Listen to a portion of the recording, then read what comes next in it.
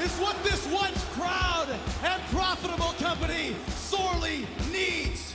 What was once a captivating, trend-setting program has now deteriorated into a cliched, let's be honest, boring snooze fest that is in dire need of a knight in shining armor. Television ratings, downward spiral. Pay-per-view buy rates, plummeting. Mainstream acceptance, non-existent. And reactions of the live crowds, complete and utter silence. You're silent because you're embarrassed to be here. Honestly, I'm embarrassed for you. And the reason why you're embarrassed is because of the steady stream of uninteresting, untalented, mediocre sports entertainers who you're forced to cheer for and care for. No wonder you're not cheering. You can care less about every single idiot in that dressing room. Now, here's Joe Crow.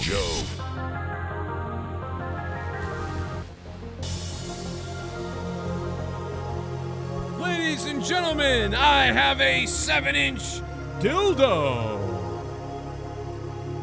This is Monday Night Raw, the Thunderdome. Go home forever before Money in the Bank show. And I am hard down there. I'm hard down there. I'm hard down there. Ah!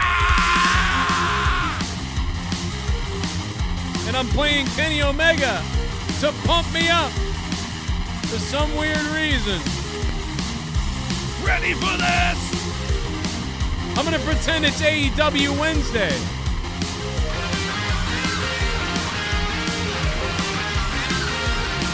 Are you ready for this? Tonight, ladies and gentlemen, we saw two things for sure that I definitely mentioned last week. Number one was, of course, Last Man Standing match. Give us the third thing will be a Last Man Standing match, or a Falls Count Anywhere match. My bad. Well, you have a count out. Well, next week have another thing, and then it leads to a Count Anywhere or whatever. That's at a pay-per-view, though. It doesn't make sense that they're doing it. Not at a pay-per-view. But thank God they did do it, because at least there was something to watch on Raw. So that's probably why they did do it. But again, match leads to nothing. They're in Money in the Bank, so whatever. But anyway, the point is, we also said, let Bobby Lashley cut a real promo. He's too weird and stares at the camera. I'm going to do this. No, he's going to be like, I'll rip your friggin' face off. I'll break your legs. I'm not fucking around. I'm crazy. Well, tonight, he does swear. He says bullshit. And he says all this other stuff. He stumbles a little, unfortunately, which takes the promo down. And he picked up a table that fell apart before he picked it up, really. But, you know, they tried again. They tried. They took the ideas again, it seemed like. But again, execution, it is what it is. It's about execution. Talk about Bret the Hitman Hart as the excellence of execution. But tonight, the execution was not the best. Not the best there. John Morrison's execution with Ricochet, that was pretty good as far as the match goes. Well, ladies and gentlemen, I'd like to now welcome in a sexy beast with a cornhole where his grundle should be, and a big, flaccid, black and pink pony dick where there should be a human's. Ladies and gentlemen, I'm talking about DeMarco. Down low. Right. DeMarco Down Low. That's your name now. I like it. It's better than that monkey trying to teach those children today. My goodness. That was a hell of a costume. Wait a second. Ugh, Whoa. My goodness. Whoa. London's got a lot to Listen, apologize no, for wait a with minute. That, huh?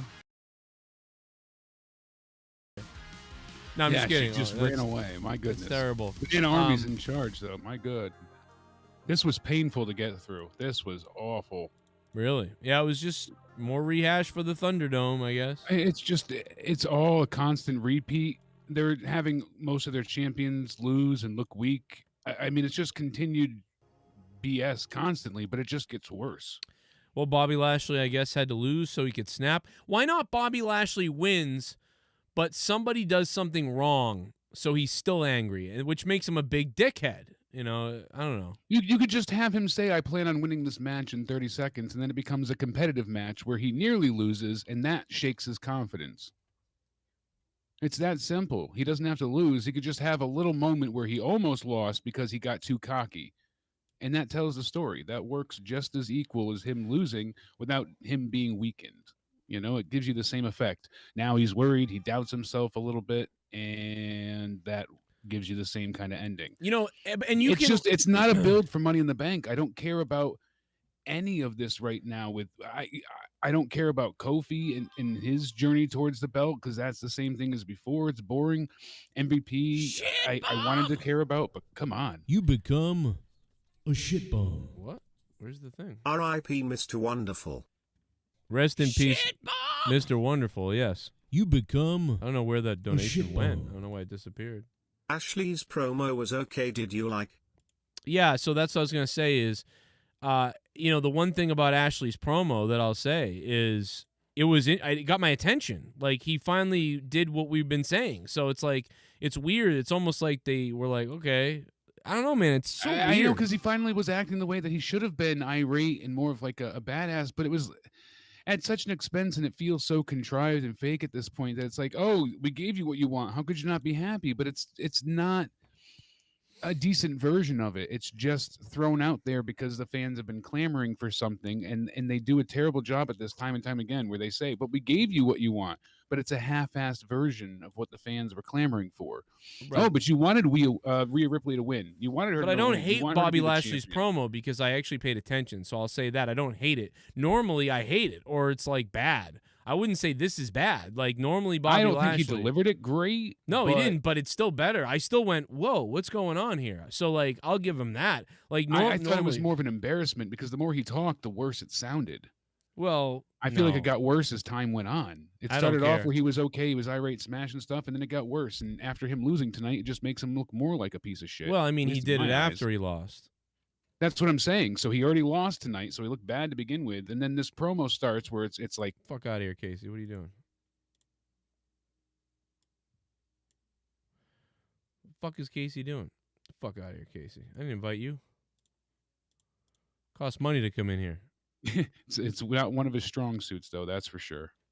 Yeah, no doubt. But I mean, like I said, most Lashley promos are a 3 or 4. So at least this to me was like a train wreck of a 6 or something, you know? So I'll take it. But it was the circus part, like, I'll take you in the circus. But yeah, but he was fired up, and that to me is just thank you, at least for trying. At least he's fired up. Yeah, he should have been for months now. I mean, that's what we should have gotten. But what he's saying, it started off okay, and then I don't know, it just got worse. It did get worse as he was talking. It got worse and worse and worse. You know, it was pretty simple. I'm going to tear you in half. Okay. And then, all right, I hope you bring your family and your friends, because I'm going to dismantle you. And I'm not just ready for a fight. You're not just for the WWE Championship, but for your life. Okay, that's good. End it there.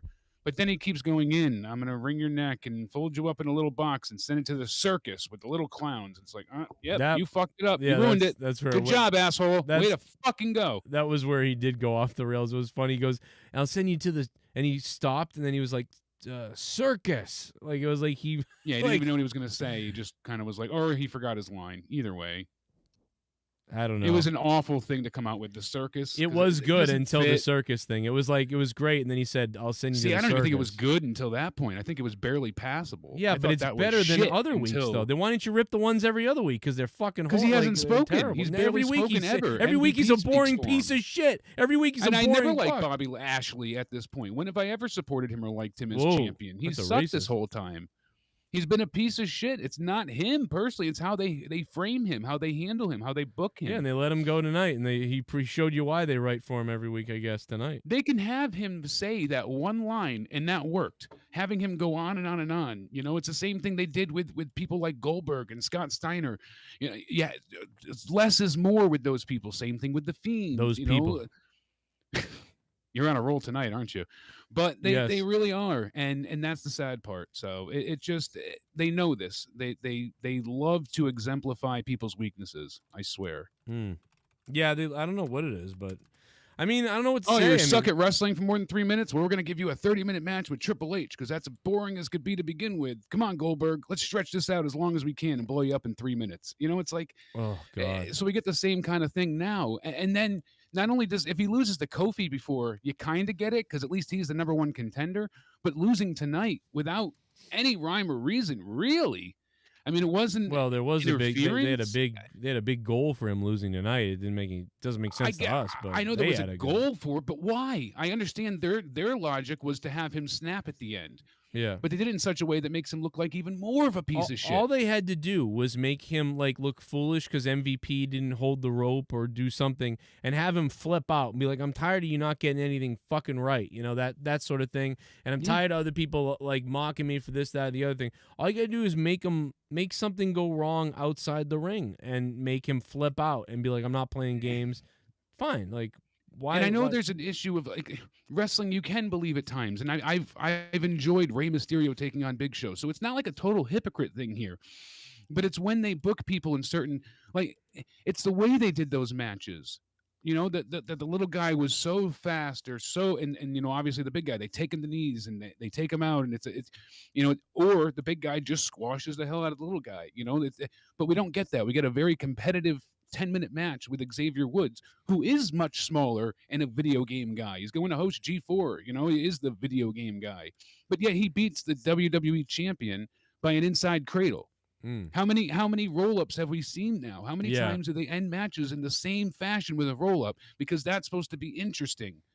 Well, How is that interesting? What's intriguing about being rolled up yet again? when they do that many roll-ups, it tells me that that's when you realize they really need to have more promos and more backstage things and not so many matches, because all it is Because they is don't know how like- to end them, but they're stretching time Right. to fill the 3 hours. Yes. Especially on Raw. SmackDown the other night was ridiculous with how much they stretched. If you're gonna stretch time, stretch it with a match that's phenomenal, that is out of nowhere, like two guys who aren't in anything, who are fighting for some kind of chance at some point in the future, and they have a match and it's random, and then they get to tear the house down. That's when you like Ricochet and Morrison kind of. Except kind of. I mean, that first time they faced each other and it had a cool ending, but then they had this thing last week, where last week should have been the Falls Count anywhere. Yep. Having the Miz cost him the match last week made it feel ridiculous, and now with this week, the way it plays out, the ending again is silly. Yeah, nothing. And some of the comedy is okay. Like, I don't mind some silliness. Ricochet and you know, the Miz being tipped upside down wasn't that bad. That's silly. Okay. You know, and they had a competitive match, but I just didn't care because it's not going to go anywhere. Well, It's because not we're like, gonna mean why are they anything. having these matches when Money in the Bank's coming up? And That's what I'm saying. Why are the women said having a this. fatal four-way? She's like, oh, look at that. Nikki wins, so she's got an advantage for Sunday. What? Because she wrestled and weakened herself? So now she's less of a, you know what I mean? Less prepared for Sunday or more, you know, less than 100%. Why would you want to wrestle the week before Money in the Bank? People, they should all be complaining. Or this is usually where they have everybody sit on the ladder and do what they kind of did last week.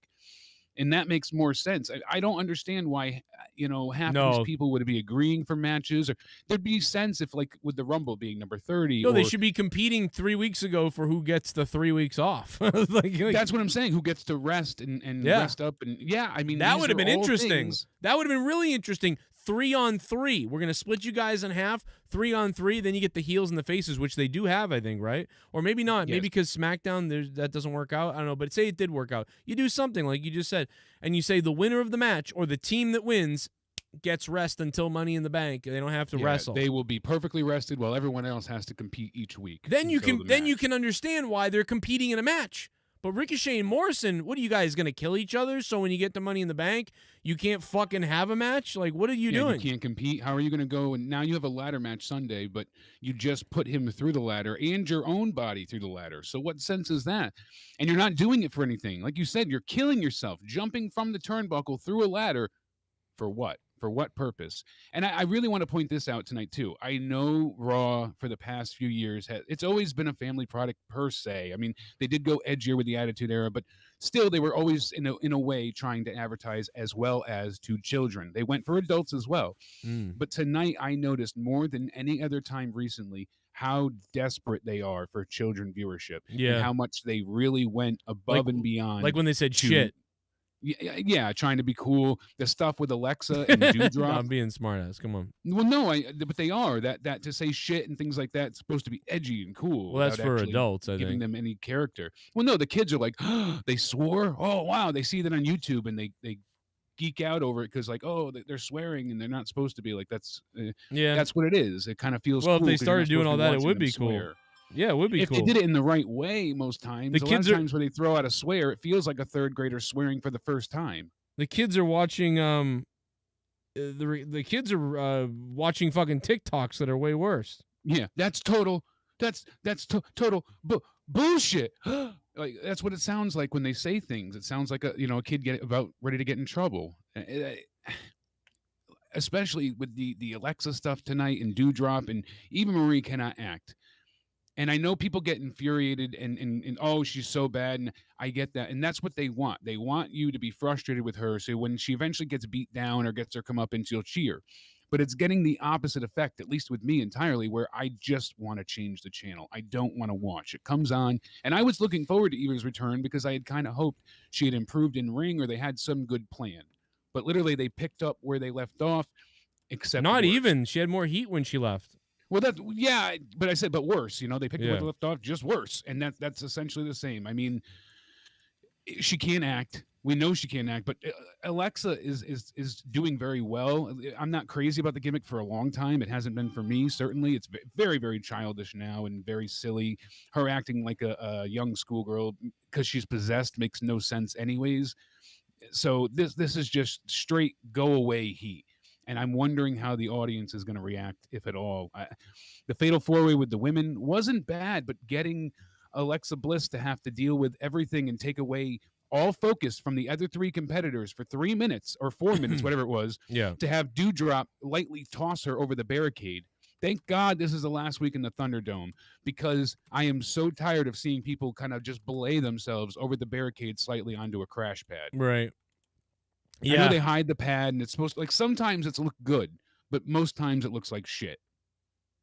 Right. Tonight was one of those times it looked very foolish. So we had this Like Linda 13-minute McMahon. match that really only came down to the very, very end, as Naomi was trying to have the submission hold that she had. Asuka broke it up, and then of course, Nikki goes ahead and gets the pin counter. That's it. She rolls her up basically, and she gets Asuka rolled up.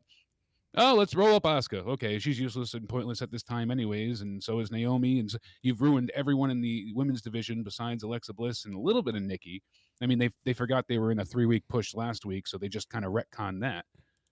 But the stuff with Drew was obnoxiously childish. No, I like Drew, he did it but, again. Oh, that's a he did it fake again. sword. He did it again. He did the story time promo. Yes, every week. You ever hear the story of the alligator dildo man who came out of the Lake Sequoia, and he'd grab a man by the throat and he'd say, one more time and I'll buy you a candy bar. And then what he does, every time he does the same thing, tells some story thing. You ever hear the story? And everybody, of course, says no.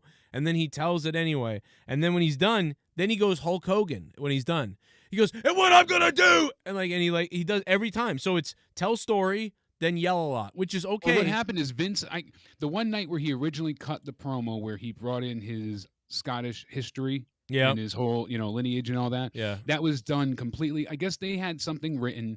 This is all alleged, you read the dirt sheets and stuff. But the story was that Vince fell in love with the promo that Drew cut that night and was so enamored by him, including his background, that he made it part of his character. And now he wants him every week to allegedly go ahead and always include some type of Scottish story. Which, again, it's like, I understand that. And it is good. And it can be good. And it can be interesting once in a while. But again, once again, Drew cuts a good promo, comes up with a good idea. But then Vince, or if that's the case or whatever, they ruin it by doing it every week. And they don't understand that today's audience doesn't like that. Even me and you, we're older and whatever, and the boomers out there, we're all starting to adjust to the fast-paced world more than ever, even though we are set in our old ways. So we get we don't do well with repetition either. In a way, we do well once in a while, but dude, it's too much. It's too much of the same thing over and over and over again, and it never ends. It's like, stop. You did something good, now do something else that's good. Don't do the same thing again, because it's just going to be, oh, here comes another story about the Loch Ness Monster or something like that. Stupid. I don't. You know what that Loch Ness Monster said? Said What? it's going to be about 350. And I knew that was no goddamn Girl Scout. You know, it's like, what do they? They could do funny things too if they did it in the sense of like every couple of weeks where he told a true heritage story, but he, you know, he interchanged the characters and there was a lesson to it, but he could make it funny. It could work, but not every week, like you said. Make it, you know, as the select promo, you know, Drew's going ahead now and it's story time before his match. And he would do it like before big matches. Like it would be, you know, part of his character to sit down and tell, you know, some type of war story, essentially. But he doesn't, because he can cut those type of promos and they're good. We've seen him do it. But when they have him say this garbage and then remove parts of a Softail motorcycle, I mean, what the hell? That was ridiculous. It didn't look effective. You can tell everything was ready to pop off. You know what, though? He wasn't even damaging the bike. Like, I did like that part. That was the only part I liked because he goes, yeah, it was a replica. And I'm like, oh, this is so lame. It was a replica. Like, what the fuck is this? But then when he said, but you know what? You know what's look what I found. He's like, you know what isn't a replica? And like, or whatever. And I'm like, okay, that's kind of good. But it was just cheesy stuff. Again, like you said, kids would dig this, maybe like little kids, like very. Oh, little. they destroyed his motorcycle. That's so cool. How's he got? You know, he's got to get him back. And well, plus they like the sword and everything. Was Drew. Yeah, Drew said the only good line that I liked was, "You can't bring your own stuff to Monday Night Raw and expect it not to get destroyed." Yeah. So that was smart. I did like that. That was a funny, like, self-aware fourth wall break, but yet very true moment. And I wish they would address things like that where you know you're on a wrestling show, treat it as such, but treat it as real at the same time. You know, like be aware that you're a wrestler. You can have but make it portrayed as a real career. Don't do these things where I'm fine with people having ideas and thinking they're superheroes. That's not the issue here. But almost, I'm sorry, he's boring to me. Being big no longer has a draw. You know, we had Andre the Giant and so on and so forth. It was like, wow, this guy is massive. He doesn't really do much in the ring, but he's so large in the charisma and the unique one-of-a-kindness. That was the rarity of it. Seeing someone so bigger than life, it was important. Now it's just a dime a dozen. Now they're always idiots. A lot of times. Yeah, a lot of them are buffoons. I don't mind almost though. What do you like? What I mean, what did he do tonight that wasn't? I don't. You know, I didn't. I find him very bland in the ring. He's very plodding and slow. He's 7 feet tall. He's not going to be able to do anything. That's my point, though. So it's just not a great fit for wrestling. I don't find it to be interesting. I'd rather see somebody a few inches shorter that can move versus somebody that's 7 foot and plods along like my ass did at 600 pounds. That's the issue. So, yeah, I mean, that's what happens with big guys. I don't know. Like Big Show was for a while wasn't very. You know, he's just big. You know, he was more athletic than Omos. Yeah. Oh my God. I mean, yeah. That's the point. Omos is pretty damn unimpressive for as big as he is. What did he do? He had a hoist up that Eric slipped out of. Well, we got to remember he did a bear hug. He's a rookie. What else did he do? He did a. He's green. I mean, he's got what? How much? Oh, he did that kind of bomb at the end, and Ivar basically, or no, it was Eric. Excuse me, Eric. Eric sold everything he could and basically beat his own ass. Wasn't almost an 8-month NXT recruit who had never wrestled before in his life, and in 8 months or to a year, so they brought him up to the main roster. It's not his fault. Why do they put him in this position? But what I mean is like. Train him. But I mean, like you're acting like he did something wrong tonight. What did he do? Like, I mean, he sucked. He was boring as all fuck. But that was what they told him to do. Like, here, this happens, that happens. That's it. So then Raw sucks. Fix your program. That's why you have 1.4 million people watching, and now it's going to be even less probably this week. That's the issue here. I mean, who enjoyed any of this? Who didn't watch out of? You and I watch out of necessity, but I hated tonight, and that's I hated. Usually, I'm like, I didn't like fuck that. Give it a 0. Fuck this. There was nothing rewarding, decent, positive. I mean, like, I'm not just being outright negative. What was there to enjoy? I watched this sitting through, trying to find. Like, all right, there's some of the wrestling is good. We know the talent's good, though. That's not the issue. I'm not saying it's good though. This was That's fucking the thing, like- horrible. But I'm just saying, like, Ricochet and Morrison had really good moments tonight. I thought but Sheamus again, was- the story of them sucks. I thought Sheamus coming, is a good idea with what's his face, but I mean, I think that was like something. See, again, the way they've handled Damian Priest as well, it feels like another just like. But this so is Sheamus will good. beat He's him about too. to have a rivalry with Sheamus. That's good. Is it? Well, what else should he do? That's the problem. He was I have dead. Now lost he's having faith a in rivalry with everyone. Sheamus. And I feel like Sheamus will just topple him because I have no faith in the company, in the product, in the faces. Yeah, They but don't I know mean, how to like, book anyone. I agree, but I mean, I'm saying at least they did something. They're doing something. I thought that was I pretty can't give good. them credit for it anymore because just because they're putting shit on TV doesn't mean that it's good. Like, at least they gave us a 3-hour show. They have to because they have a contract. They're where they gonna have put to shit stuff on TV every week, but I mean, I'm just saying, So like, make it good. I Give us something keep that's saying that every week. worthwhile. I say it every week. I make it good every week. But I last mean, week you I have said Rhea do and something Natalya with. in the ring, and they're both heels. You don't know who to cheer for, but you're not quite sure if Rhea's a heel or a face. Then Charlotte attacks her, but she's a heel again. There's no consistency. Everything is just everywhere. We still don't know where Keith Lee is. I'm not trying to be too negative here. I just feel like I'm at my wit's end. Yeah, I guess my point is, like, yeah, the show sucks. Maybe tonight. you're more forgiving than I am, but I've just had it. A day filled with pain. You want to relax and enjoy something, and this fucking sucks. And I mean, it sucks. And I love wrestling, so that's why it hurts even more because it's so disappointing to see this be so bad. But I guess I know. I'm just saying, at least they did something with Priest. He was dead on a fucking dead, and now they. What did okay, they do with him? They just ran him out. He didn't even have a match yet. He doesn't have a match scheduled. They still might not do anything with him. They just put him on TV for about 40 seconds. Right. So if that's your definition of doing something with him, Well, then I guess something's you're happy, coming. but I'm not. Well, what do you want him to do? Have a match, win a title, win a match, But do that- something so- more. Have a but promo. what do you mean? know? Like, but they're about to start a rivalry with him and Sheamus. It looks like. But the way that they've built him so far, do you have Built- any faith or any What if they- inkling? Or No, I interest to didn't see- last week, but they're starting something. Is my point? Why is this the thing you're talking about? Like, Because they've treated him like shit for so long that I don't want to see him. all right, then fire him. Then I'd never want to hear another thing about him. Then fire him. Then Exactly. He's done. There's a lot of people He's that you done. clean house with. I agree. All right, They ruined then so fire many. fire Ricochet because they did shit with him for a year. So fire him too. Fucking everybody and start over. Fire everybody then.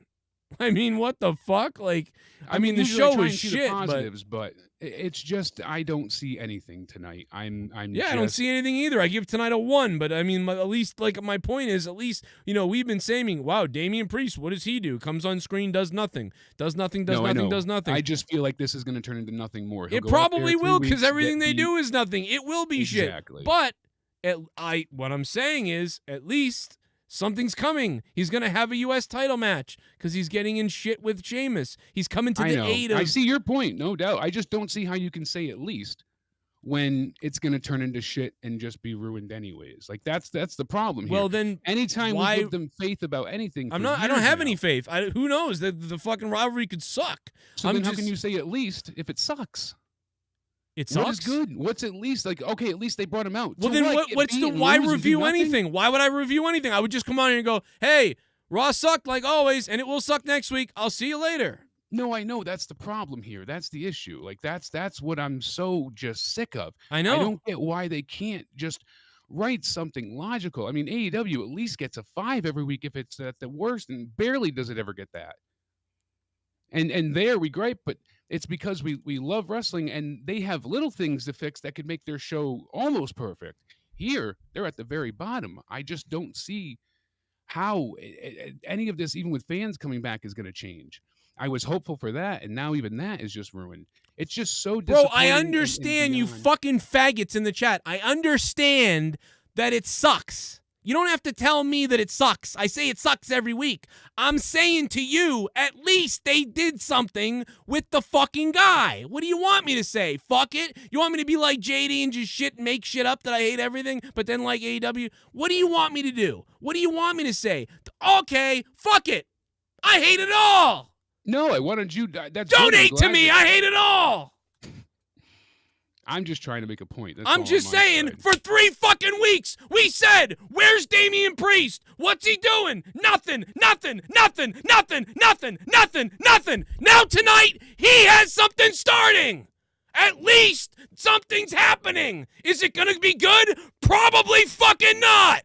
But at least they did something. That's what I'm saying, you fucking idiots. That's all I'm saying. Did I give it a 7, 8, 9, 10? No. You fucking idiot faggot. I said at least they're doing something. Fuck off and die. I'm glad you can get that out of it. Let's go to the donations. Let's hear from you guys. Drama is back, baby. Jesus Wrestling fuck. Jesus and General Jerry owning the cat fucking Mustang hump is probably better than Money in the Bank this Sunday. But at least the commentary is always perfect, right, Joe? Hashtag Naomi makes you drink. I hope Naomi offs herself and you feel bad about it, you fucking cunt in the chat. And by the way, all the wrestlers coming to her defense are the same people that enjoyed when JD was doxxed and his parents were attacked. The same fucking people, Spaz Phoenix. What's up, Spaz Phoenix? The same fucking people who fucking doxxed fucking JD are like, oh my God, stop the bullying. Fucking horrible fucking psychos on Twitter. Are you surprised? I'm not. The dickheads are on fucking Twitter. I'm not surprised the dickheads are on Twitter. Are you? Hey, Naomi, maybe you can start to have your children be threatened, and then you can cry. How about that? Cunts. Oh, I'm running away. They call me names. Yeah, how about you try to be midget catfucker who had his fucking shit attacked and doxxed for weeks from thousands and thousands of Alexa Bliss fans, who, by the way, today also tweeted out some other guy again who was attacking her, and probably that guy got bullied, but he probably liked it. But it's only rules for thee, not me, right on Twitter? That's what Twitter is. Fuck Twitter. Fuck everybody. Fuck the troll who called Naomi horrible racist names. Fuck Naomi for pussing out. Fuck everybody. Now that I think about it, fuck WWE. Fuck AEW. Fuck your mother. Fuck your brother. Fuck everybody. Fuck everybody in the ass until they're dead. That's what I hope happens. Dead people. I'll probably be dead soon enough, so we don't have to worry about it.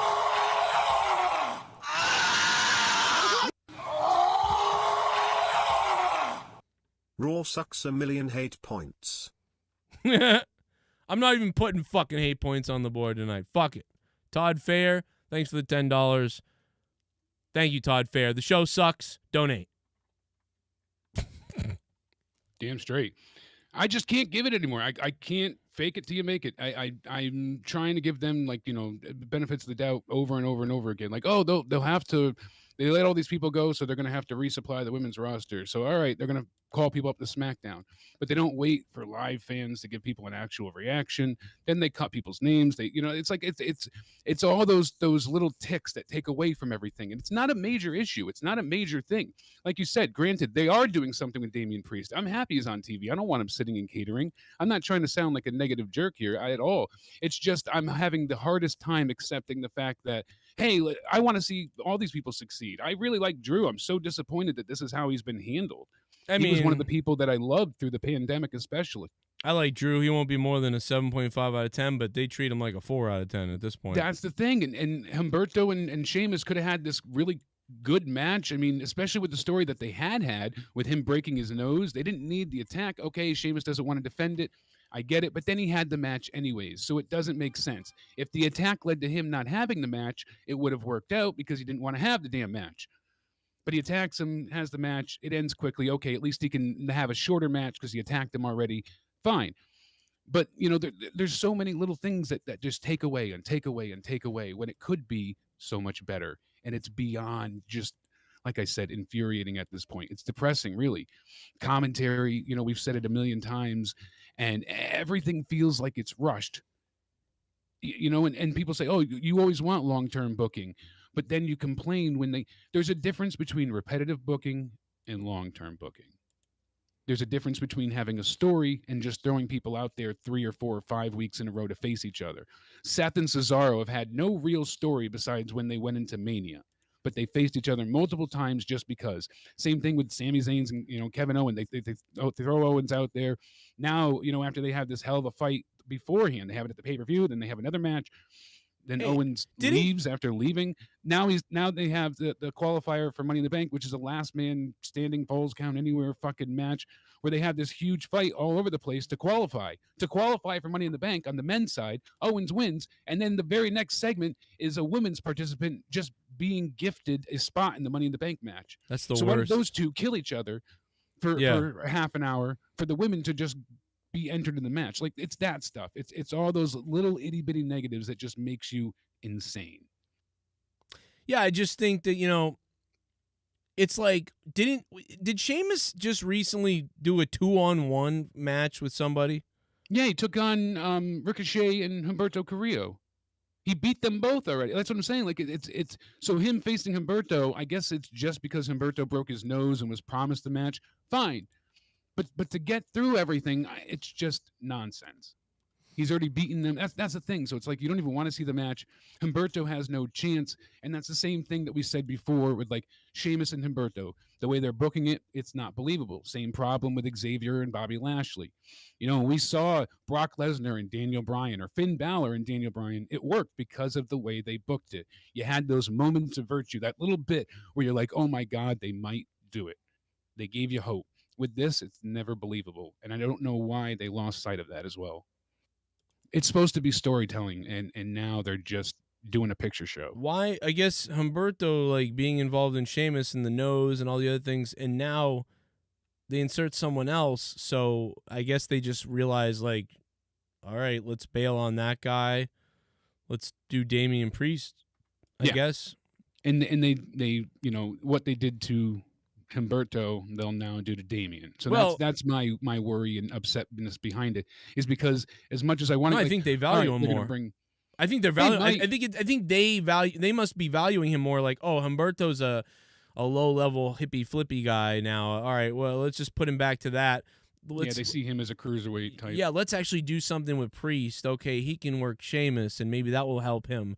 So that's what I think that they had a change of mind of like, okay, Humberto is, he'll go back to being the guy that flips around, and then that's really what he does. But we see maybe something more in Damian, so put him up in against Sheamus, and so I mean that's the hope. That's the little peep of like, okay, it feels like they see something there. But again, yes, it will probably lead to dead shit. However, Sheamus has had some of the better shit than anybody. Like, if they're anything good, like he and Drew had some of the best matches this year leading up before Mania. Well, it was crazy, some of the matches they put on. But that's the thing. They faced each other so many times that it got totally, just obnoxiously repetitive. Well, how long has he been with Carrillo? Carrillo and him have been going for, what, 6 weeks now? Exactly, forever. And what did it lead to? What's the big match? Well, a little bit longer because he broke his nose. Yeah. And so they've been doing other things with them, and right. Sheamus has just been kind of with the mask at the, on the commentary desk.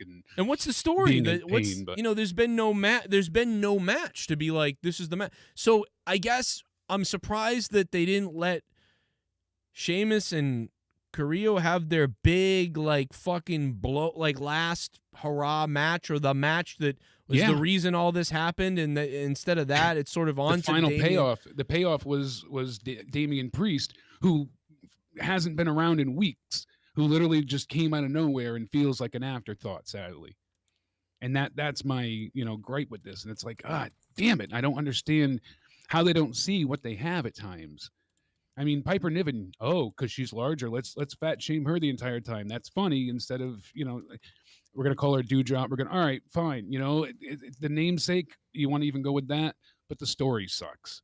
I'll tell you right now, I am not a big Kenny Omega fan. You know this. Everybody knows that. That's obvious. I'm not crazy about him at all. I respect him for what he does, but I cannot wait to see where Hangman, Adam Page, and Kenny Omega lead to. And finally, when Hangman wins that title, I'm assuming All Out might be the time. It seems to be the slow burn till then, but this has been years and years in the making. And with them being tag champs and the fallout, and then they disappear. They haven't had 19 matches. They haven't had all. It's they had their one, but they were still together. And former tag champs, they weren't rivals yet. Kenny wasn't a heel. Now you're building the story. Get some great clips out of that. Yeah, Roos. I mean, D. Welsh. So, D Walsh is sending me clips. That suck. Guy, what do you want me to say? Fuck it? You want me to be like JD and just make shit up that I hate everything, but then like AEW? Or Bruce What do you Blitz. want me to do? Remember when Bruce Blitz admitted he made up everything about Cena? Yeah. Like, I was just He never pretending to actually be hated mad. Cena. He just wanted to have the fake outrage. Oh yeah. Yeah, that's funny. I mean, Want me to I say? don't know. Okay, fuck it. I hate it all. No, why don't you donate to me? I hate it all. That's the best way. I mean, let's drop a donation now. That Ricochet match woke me up. Bobby Lashley should not be losing before the pay-per-view. This is what I have to say about Bobby Lashley. Help, help, help, help, help, help, help, help, help, help, help, help, help, help, help, help, help, help, help. Well, that was strange. There's a couple donations that came off at the beginning, I guess, that maybe didn't play, so we'll have them up in a minute. I believe. I think it was Nick Grasso's. He said, "Rest in peace to Mr. Wonderful." I don't know if that played.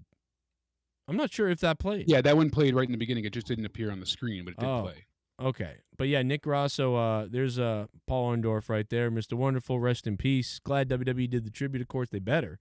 Yeah. And just terrible, man. You know. I wonder if they'll have something longer tomorrow night. Or tomorrow night? What's tomorrow night? Yeah, for NXT or Friday for SmackDown, because it was kind of not late in the day, but like, mid-afternoon. They maybe could have put a video together, but usually when they do those tribute graphics and video packages, they kind of coincide them. Like one's the opening, one's a commercial break. I didn't see anything else besides the opening. I don't know if they'll do that. I don't think that they got along with Vince or that things. Yeah. I don't think they were. I don't know, but I don't think they were on really good terms at all. Like, I think it was, you never seen him anywhere, any time that I can remember. And yeah, it's true. I feel like something happened, but I don't remember the story of something going awry. And I'm talking way back, right? Because Paul Orndorff didn't appear in WWE after WrestleMania 3 or some. He was only here in WWE. How long was Orndorff in WWE? He probably worked for Vince Sr. off and on, but I don't know that. Somebody who's older would know, and I didn't look it up. But I don't think that they, I don't think they were on decent terms, and which is, obviously whatever. But so I think the honoring him with the thing, I don't know. I mean, he was in the WWF from 1983 to 88. It says there it is. Okay. So we had Mid-South with Jerry Lawler. Obviously, that started in '76. That was his debut. Mm-hmm. I guess I only remember him for the WrestleManias. Everything else was before me. He kind of retired in '88 due to his arm. Focused on bowling in his bowling alley in Fayetteville.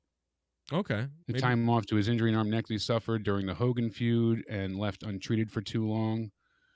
So then he returned in 1990 and faced Kerry Von Erich on the Independents. Then he went back to WCW from 90 to 93 along with UWF, AWF, and NWL. Someone in the chat Mountain said he was at Ric Flair's retirement for Raw. Cook said that in the chat. Yeah, okay. So then he was probably all right. Yep. Orndorff made an appearance at Hogan's birthday celebration in 2014 on Raw. In 2017, he had his first match since 2000. This was at a Canadian Wrestling Elite match where he won a 6-man tag match at the age of 67. So, damn. Well, that's pretty crazy. Yeah. He was at WrestleMania 30. Yeah. He was at the 2005 Hall of Fame. Oh, so he was fine then. He had no problems then if he was there. So he's fine. So it's probably what you said, which is just that they just, we don't have the package to put together yet. Yeah, because it was like noon time, yeah. I think, that he passed. Because I would have thought they would have loved to be like, by 8. Oh, shit, can we fill 4 to 6 minutes of Raw with a tribute That's package? what I'm saying. I guarantee they'd love to fill SmackDown at this point. But they have a live show in front of fans, so they might get the reaction if they do it too. They don't want to fill SmackDown. They got 2 hours of fun in front of people, but Raw I sure keep does. forgetting they're out of the Thunderdome. Because last week they filled SmackDown so... Like, it was just so blatantly obvious. They go through, they bring out, I think it was Jey Uso at first, and then from there, no, Jimmy Uso. The drunk. And then they go ahead and, they play the full intro for SmackDown, not even the brief one.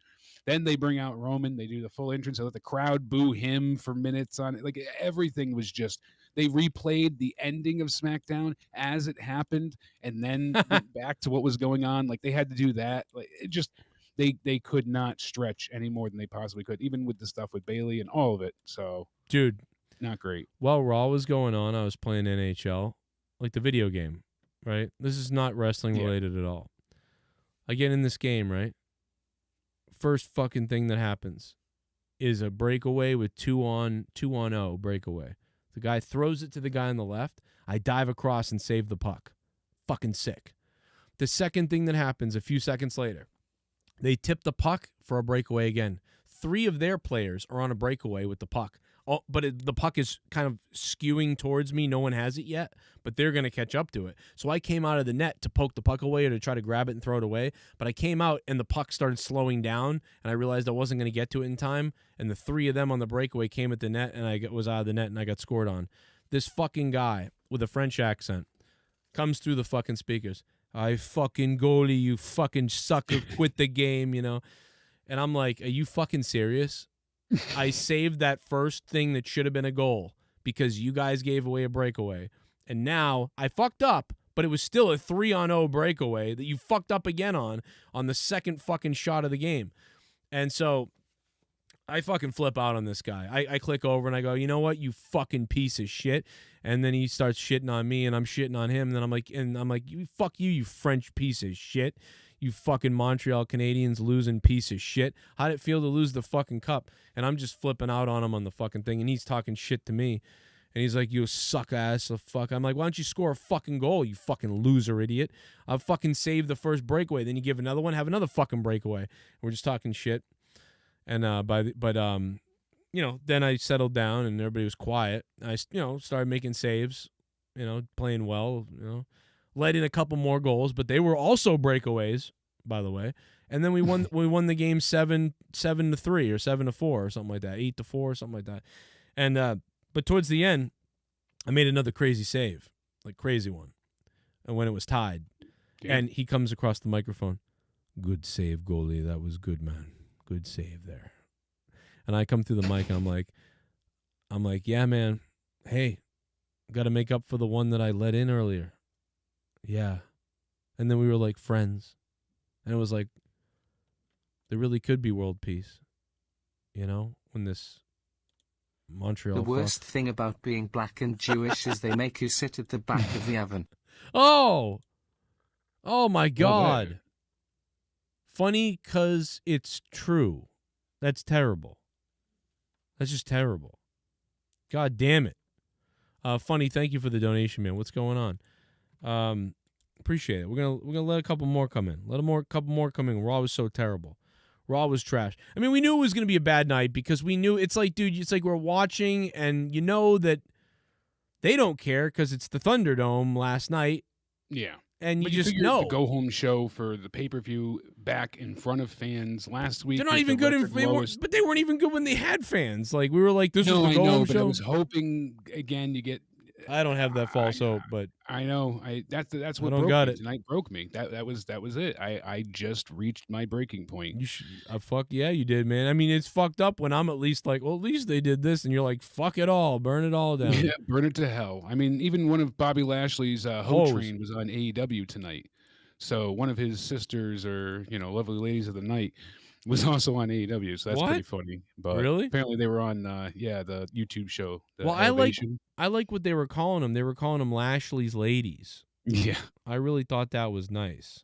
The ladies of the night. Even Dan Kennedy and a few others said, "Is Raw worse than usual tonight?" And I can't pinpoint specifically what. It just overall felt worse. It felt less. I can't even, because it wasn't one specific thing. It wasn't just the commentary. It wasn't just the storytelling. It wasn't just the matches. It was just all of it as a whole. They talk about all of this history between Drew and 3MB and maybe because they don't want to mention Heath Slater, I'm not sure, but they don't show anything. They haven't showcased or really gone over any of what that means. And you say we did so much. But that was how long ago? 2014? It was before Drew got fired and went and won titles elsewhere, like Evolve and etc. So 2014, 13, somewhere around there is where they were still 3MB. Well, they could go a couple of routes, right? They could go that. They could go. It's like they could do this, which is more like, you all know, we know. You know, let's not rub it in the face of the 3MB, because they don't really. I don't think they really want to. I don't think they want to show Drew in that light. I don't think so either, but it wouldn't be the worst thing to do that, to show that, like, with you, I was a goof. It took me to find myself on my own. I wasn't better, basically, Jinder's trying to say that, you were better with me, and I am better than you now, and it's just. Is Jinder in the Money in the Bank match? No. Do you think he's gonna? Now I know that we think Drew's gonna win, so he can then cash it in, but on Lashley. But do you think maybe Jinder screws? I'm not so sold anymore. I'm because I don't know what they're going for. But if you have Jinder screw Drew in the ladder match, like, that really gets that heat rolling, right? I agree entirely. I would absolutely do that Sunday. I would, because it's a pretty, tried and true way to build heat. But in front of fans, Jinder comes out just as Drew's finally getting the briefcase, and then oh my God, I think that was part of my problem that I didn't bring up before too. I'm flashing back, but with the Damian Priest thing, this is in wrestling in general. I can't give WWE shit for this. AEW does it often. They just did it last week too. I forget who they did it for, but they're going to injure somebody, and then they stand there and they hesitate. And then the music hits, and they could still, Sheamus could have stomped on Humberto's nose. He had about 20 seconds to do it. But then he hears Damian Priest's music, so he stops. Yeah. You were just going to break his face, but because you hear entrance music, you have to stop.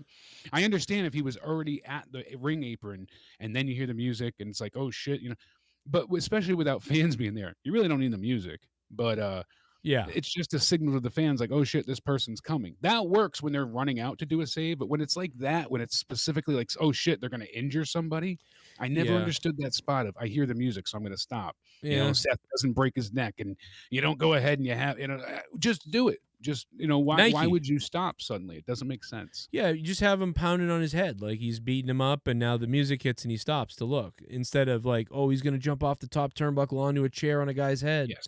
Those kind of things. I'm going to re-break your ankle. I'm going to Pillmanize you. I'm going to go ahead and I'm going to stomp on your face. I'm going to break your nose right now. And forget it. I'm not in the mood. It's like, that always burns my ass. But so when you see that, and then now he comes out to make a lackluster save, it just felt, again, worthless. So, but yeah, going to Sunday, you got Ricochet, John Morrison, Riddle, McIntyre, Big E, Kevin Owens, King Nakamura, and Seth Rollins.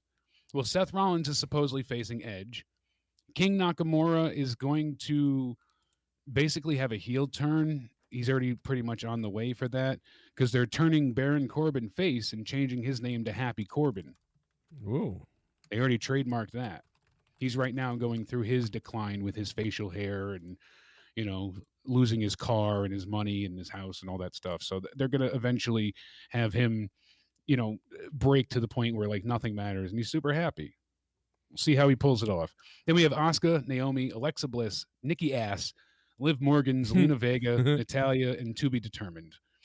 So again, with that one, not sure really where they want to go with it.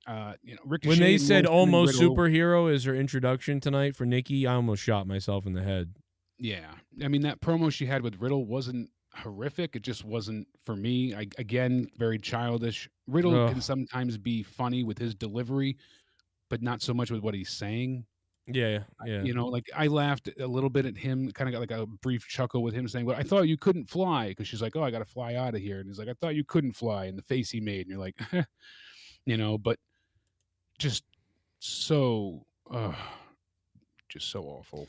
What do you think, Baron Corbin? You think in 6 months Baron Corbin will be just destroyed in nowhere, or will he be? What is he gonna be? How could he be I don't see him how he could work as a face. I could be wrong, and he's great, but it's interesting. Well, unfortunately for him, Damian Priest already is his character.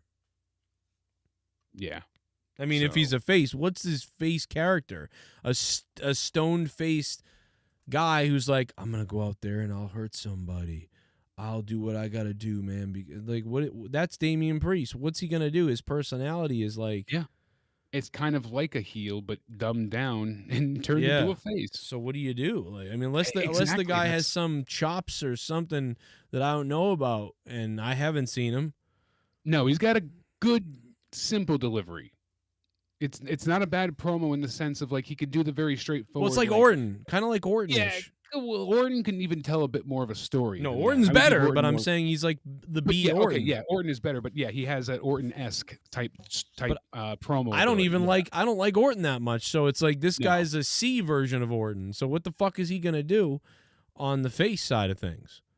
In my eyes, right now, I mean, he's good in the ring. I liked him, Punishment Martinez back then, and enjoyed some of the things he did in NXT. Put Martinez or put Damian Priest with Baron Corbin, and they ride bikes to the ring like fucking Legion of Doom. They ride bikes to the fucking ring, okay? Like badasses with leather jackets, and they're a tag team. Boom. I don't know. Yeah, instead of aces and eights, it could be like clubs and sevens or something. Clubs. We'll make it good. Clubs and sevens. They'd be and it'll be our own spades. thing. They could be the spades. Oh, there we go. Well, what's I- wait a I minute? What's keep hearing- spades in Spanish? Probably spades. But what's spades in Spanish? Anybody know? I don't know. I don't know. Someone figure that out.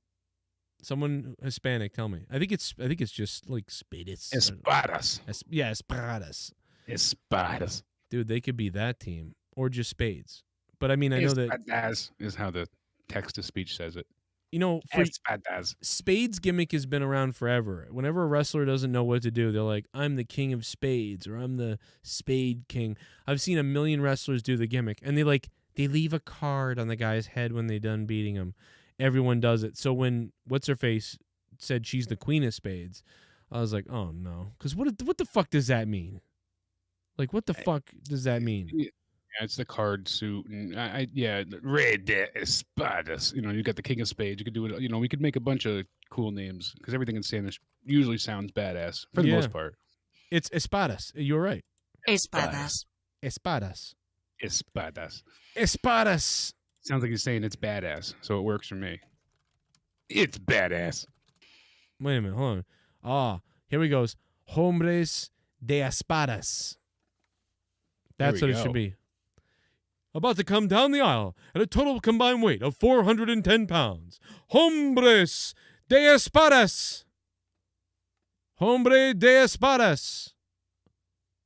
Wow. See, I always thought superhero was one word. I guess it can be superhero and superhero, but I thought it was one word. So when she says almost a superhero, it still pisses me off because it'd be Nikki Ass or As, right. not almost a superhero because that's AAS, not ASH. Doesn't make sense. Almost a superhero, AAS. She's Nikki Ass. Ass. That's what we're getting. Nikki And it's Ass. all ass. I mean, honestly, at this point, the fatal four-way they had wasn't bad. I mean, the part with Dewdrop and Eva Marie was ridiculous. Didn't need it. I mean, Eva's taken off her shoes to either run away or use them as a weapon against Alexa. Alexa's possessed, has powers, and then gets thrown over the side. So what do these powers do? Apparently, they're evolving. They're planning to make more of a spectacle in front of live fans with it. Great. We might also see Rhea Ripley lose her title to Charlotte. That's been discussed. I mean, we'll talk about it on Out of Nowhere, but everybody's got to make sure they are signed up for Patreon, patreon.com/Joe Cronin Show to catch Out of Nowhere this week. So make sure you're tuned in. Well, ladies and gentlemen, let's go back to the donos. Shit bomb! The Soundwave 92. You become $20. a shit bomb. Rip to Mr. Wonderful Paul Orndorff. Glad the Thunderdome era is over now. Worst era in WWE history, but why would have Woodspin Lashley now on TV instead of coming up short and letting Lashley win? 28 points. I don't understand it. The Soundwave 92. Thank you, brother. Thank you. That is the top dog now, by the way. Nick Grasso gets booted off. Thank you. Oh, shit.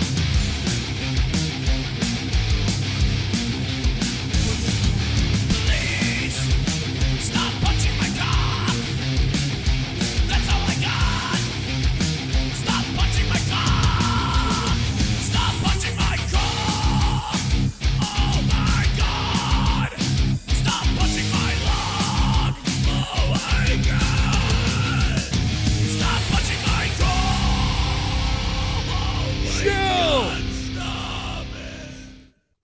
Just a few words tonight. Fuck Raw, fuck Bill Goldberg, and especially fuck Bullfrog. You're done, Yes. boy. You're done, boy. I don't know what happened, but Shell and Bullfrog got into a gigantic fight on my Discord earlier today. I don't know what the fuck was going on. And then Bullfrog started changing his name to all kinds of weird pedo names. And Yeah. I don't know what that was about either. That was weird. Now So- he's done with the community. I don't know what happened, but it was like, yeah, he changed his name to like I like boys and all kinds of weird stuff. A lot of people saw that and they said, "What the hell is he doing?" I said, "I don't know." And he got into It's some weird. beef, and they made up. I thought Shell was like, "I like him," like, and they like each other, but now beef. I blame you. Yes, he messaged her rudely. Oh, I believe was some of what I caught, demanding to deal with some shit, and can't be telling Shell what to do. That's not going to end well. look at this. He changed his name to a attention-losing fat person, and then he changed his name to attention-seeking loser fat man, and then he changed his name to, for some reason, I taste boys. Like, what the fuck is that about? Wow, that's Yeah, that's a a weird bit thing. much. That's a weird thing to say, bro. That's apparently almost as bad as Mel Gibson saluting Donald Trump at the Oh. the game the other day, or the UFC fight. excuse That's me. hilarious. I want to see him UFC saluting Trump. 264. Saluting anybody is funny. Mel Gibson. They have a video of it on Twitter before. I was trying to find it again, but Just There the, it is. I don't know I'll why. say- I'll I tag have you in it, but- it doesn't matter on who the president is. Just Mel Gibson doing it is funny. Like even if it was Obama or anybody, it's just him saluting anybody to me. For some reason, is a funny picture in my head of fucking Mel Gibson. I don't. Oh, because he didn't serve and he's a draft. But still, it's the president of the United States, so I Yeah. understand like the showing of respect. I would salute Trump or show my respect, and I didn't vote for him, but he was still our former president. Why would you be disrespectful? Well, because people think don't- he's the most. This.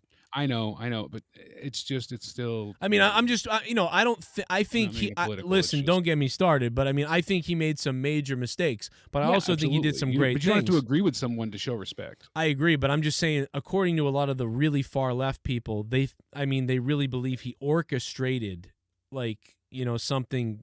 So if you 100% believe that, you're not going to like the guy, because you're going to be like, dude, this guy. So you're just never, you're not going to like him. So I get it, but my thing is, if I was president, I wouldn't have said the things he did on that day at a Capitol, knowing there's so many people. I wouldn't have done that. I would have said, I'm the president. I can't react this way, even if I do think people did whatever they did or cheated or whatever happened, we'll investigate. But I wouldn't have gone outside there and done anything, or even said anything, because just holding the rally itself was whatever. But that's me. I'm in the middle somewhere. But I understand. But so I'm just saying, I'm giving them from their crazy perspective of he's done this and that. I can see. Well, they better hate him then if they think he's done those things, because you would hate someone who did that. Yeah, and the funniest thing is, saw Mel Gibson trending. This tweet says, "Wonder if he's torturing Jesus again." That was hilarious. But what are they going to do to cancel Mel Gibson? I mean, other people said he's worth You can't do $400 million. dude. He told his ex-wife she was going to get raped by a pack of N-words. Exactly. Did we forget about that? the We phone play messages? that's not. He's already canceled. In the minds of who he's canceled in. You know what I mean? You fucking gonna get raped by a dude. He's this already happened to him. What's he gonna get canceled for? Do you think he probably goes back to his hotel and sees this and goes, haha, I'm not. You think he's worried about, oh my God, I did a salute? I mean, there's a fucking recording of him burying black people for 1 hour. What the fuck is he gonna do? Never mind all the weird anti-Semitic stuff and Right. oh my goodness, and the drunken rants, and yeah, there's more to that too. First, But you guys. still, yeah, you can't cancel him. I mean, if that didn't, I don't think anything ever will. He's since went ahead and still released other movies. I mean, he just did what was it, Daddy's Home 2, and that was a pretty successful one, and things like that. So yeah, I'm trying to think. Is there anything else we didn't cover from tonight? Rhea Ripley taking on Natalya was a That was very muted. I didn't realize. bland, boring match. Oh, what? Who? Oh, Rhea Ripley. Rhea Ripley and Natalya. People were writing they liked it in the chat, I thought. And I was liked like, oh. Rhea, but I Natalia, I'm never. You know what been I did crazy like? about. I like that breakup where her head went into the turnbuckle to break up the move or whatever happened. That was interesting. I was like, Oh nice. yeah, where she rolled out of the sharpshooter. That's what I was going to give her credit for. So that's what I was going into is that I don't like the way that she ever puts on the sharpshooter, and that's a difficult move to look effective as well. Usually, only certain people have really ever made it look effective.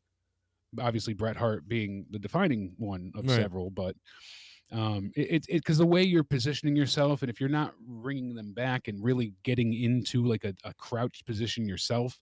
Basically, if you're not lazy with it, then it doesn't look great. I understand you're not in front of fans, but she never makes it look convincing. So that's always been a big complaint.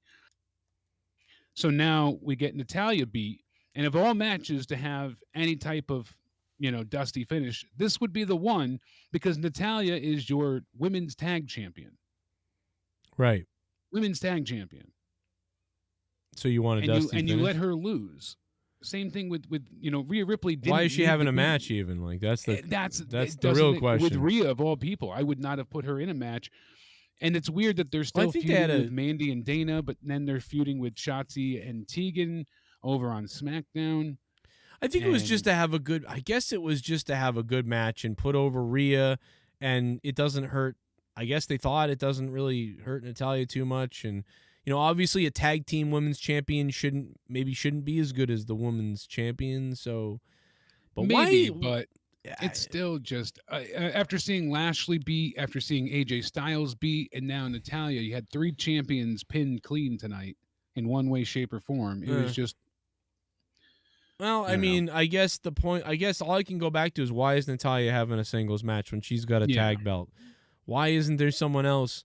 I assume, though, that it's just that they thought they wanted her to have a match with somebody who could have a good match, and they thought Natalia was the one, and I thought the match was all right, and I think they tried to have this really good match, like almost like a classic on Raw, and I think there were hints of that coming, but it never landed, but it was still... It just didn't, it was still good. It was lacking. It wasn't horrible by any means. It wasn't like, something you want to gouge your eyes out. It just wasn't great, and that's the sad part. And then plus the booking, again, is awkward because Natalia's been the heel with the women's side of things for a while. Right. And then, with her and Tamina, but it's weird the way they've been booked with certain other tag teams, and then going further still, you don't know if Rhea's the heel, so it's just the whole thing is uncomfortable too. None of it makes a lot of this just doesn't make sense, and the thing that doesn't make sense is that again it goes back to what you said and what I said, and just why everything like you said, like think about it, like add it up tonight, right? Humberto is doing something with Sheamus. They're not done. They're still going at it, and nothing's been resolved. Now all of a sudden, Damian Priest is involved in it. Fucking Natalia is a tag team champion, but she's wrestling someone one-on-one for some reason. Also, what's the other one? There's one other one that we're hitting on. We were hitting on earlier, and I don't remember what that one is now. But Ricochet and John Morrison. Yeah, Ricochet and Morrison. They're in a fucking Money in the Bank ladder match. So why are they having this weird rivalry? Like when they should be getting ready for that match, like with each other. Or why not with it's just like why aren't they doing this when there's a pay-per-view coming up, so that it can be like, a match with it's all discombobulated. Yeah, they never build to the pay-per-view, and then when it's time for the pay-per-view, then they decide it's time to build. Right. So it's very confusing. Yeah, it's all over. It's weird. It's just a weird... It really is. What did the blind, deaf, quadriplegic kid get for Christmas? I don't know. AIDS. Oh, no. Now he has everything. Who was that? That was the great Khali. Jesus. There we go, Khali. Looking through, I mean, with if you look, I'm trying to see what could we just do. Yeah, Raw. Who else do we have on here that they haven't used? I've heard, again, I always say take it with a grain of salt, but they've had different plans that didn't go into effect, but either Sunday or Monday, tentatively, is when Becky will return. Sounds legit to me for one of the plans. They wanted her to come in Sunday at Money in the Bank for the pay-per-view, but other people feel like it's too obvious, and they want to save it for Raw to make Raw Live feel like anything can happen. She's looking sexy. Omos was a recruit in January 2019 for NXT. The guy is massive, but he moves like Great Khali, then Big Show. Big Show at least could wrestle and move, which Omos struggles to do. 10 more hate points. More hate points.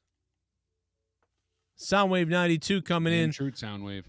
Okay, yeah, and that's basically what we were saying, kind of. Yeah, recruiting. Yeah. You know, he's new. I mean, that's why, like, I don't know. I know always, he's green. He's better than the Great Khali. he's better than Khali, and we had to watch him. So that's my point. Is like, at least they kept it short. You know, he comes out, 5 moves happen, but he should be doing 5. He's a fucking huge guy. He should just punch, kick, fucking whatever. And some point he'll learn maybe more things, maybe. So that's why I'm not so upset about it. And luckily it wasn't long. If it had been, a long match. Yeah, it was only 3 minutes and 25 seconds. But same thing, the match before was 3:45. So it's like, and that's what you get for the Raw Tag Champs. But so yeah, that one I was okay with being short. That wasn't the issue. It was just a boring match. When I know we could have gotten so much more out of Eric in that match. He sold well. I mean, the Viking Raiders are great. Ivar, as you know, training with them. And now I'd have a bigger issue with that if people wanted to say like, why the fuck goddamn Viking Raiders?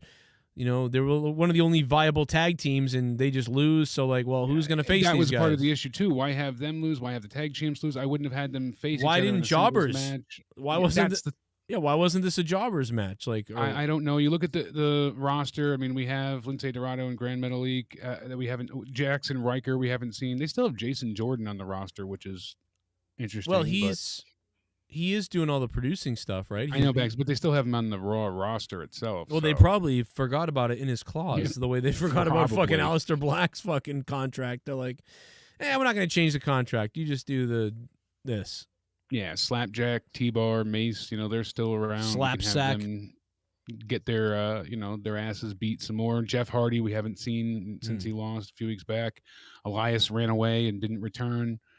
So, I don't know, but as far as Becky goes, I see that happening. If they do want to make Raw have that excitement feel for, the first live Raw in front of fans, and Becky returns. Hey, this is great. This is, we know it'll be sometime soon in the near future. If it's not specifically the next week, it'll be soon before SummerSlam. Right. They want all hands on deck.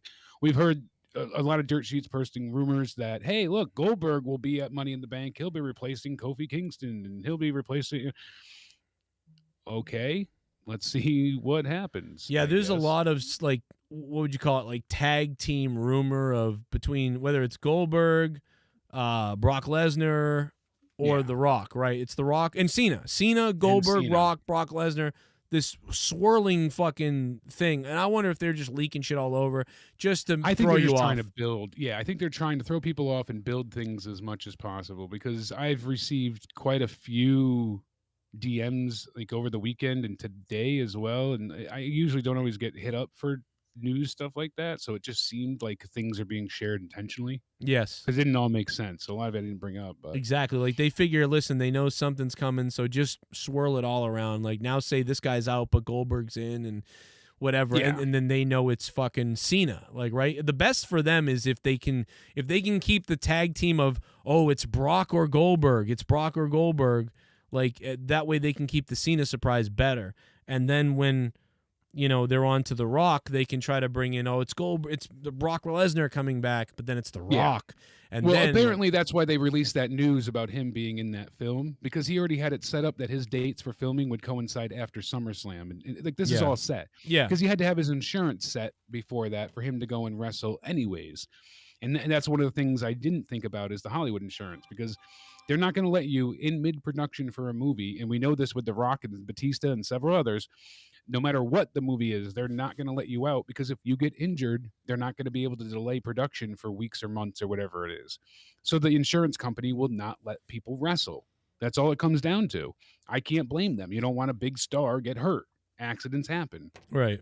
So John Cena is said tentatively to be at SummerSlam, and he'll be debuting Friday night on SmackDown, making his comeback, his re-debut. So, yeah, this Friday is supposed to be a big night. We have Carmella against Bianca Belair randomly now because they don't have any other women. So I don't know what they're doing now with Bianca Sunday, if she's just not going to have a match at Money in the Bank and this is it, or are they going to schedule another match for that night? I doubt it, but so now we got Rhea Ripley taking on Charlotte Flair. Seems like Charlotte might win that. We have Roman Reigns and Edge. That'll be good. It's pretty blatantly obvious, but it'll be exciting. AJ and Omos taking on the Viking Raiders. That has a good possibility of, do the fans get what they want there? Then we have Asuka, Naomi, Alexa Bliss, Nikki Ass, Liv Morgan, Zelina Vega, Natalya, and one more, who I guess is supposed to be Toni Storm, possibly. That was one of the other rumors for Friday, for their women's Money in the Bank. Oh, got a surprise. That would not be a bad addition at all, especially since they just added Shotzi Blackheart, Tegan Knox. Those are two solid call-ups. Right. I'm just a bit perplexed because we just saw Tegan return and start a feud with Candice Well, they LeRae. Obviously, Triple H didn't know that, and they took her. Yeah. So it was just like not we their heard. plan Remember again. Road Dogg? When I used to hit up Road Dogg, and Road Dogg would be like, I'd be like, Road Dogg, what the fuck? I thought the Undertaker was on SmackDown and all these other things, and then he's like, news. Oh, yeah. Yeah, so did I. And then he one of the things he said was, of course, famously, we talked about it a long time ago, was that they just take their shit, and they can be in the middle of a story, and they can say, hey, Vince, we're in the middle of this. They don't care. Yep, and it could be a story that Vince creates too, which to me is even more perplexing. But Bayley went ahead and was supposed to have this I Quit match Sunday, and people were blaming WWE for forcing the stars to go back and train, before they go back on the road. But everybody trains. Like I don't blame WWE for that. To me, that's a bit of a overreach. Yeah, this is something. Them making people train. They're wrestlers. They train all the time, and it wasn't like they were forcing them to train when they don't normally train. They just had them go to the performance center to work out some things. So she said it was a freak accident. And Are you talking about Bayley? Yeah, Sonya Deville might be the mystery entrant as well. We've heard Deftones is right about that too, so that's interesting. She might make her return to wrestling. So either way, I could be happy that Sonya is finally back in the ring. Her role right now is awful. Like that backstage role is terrible from her.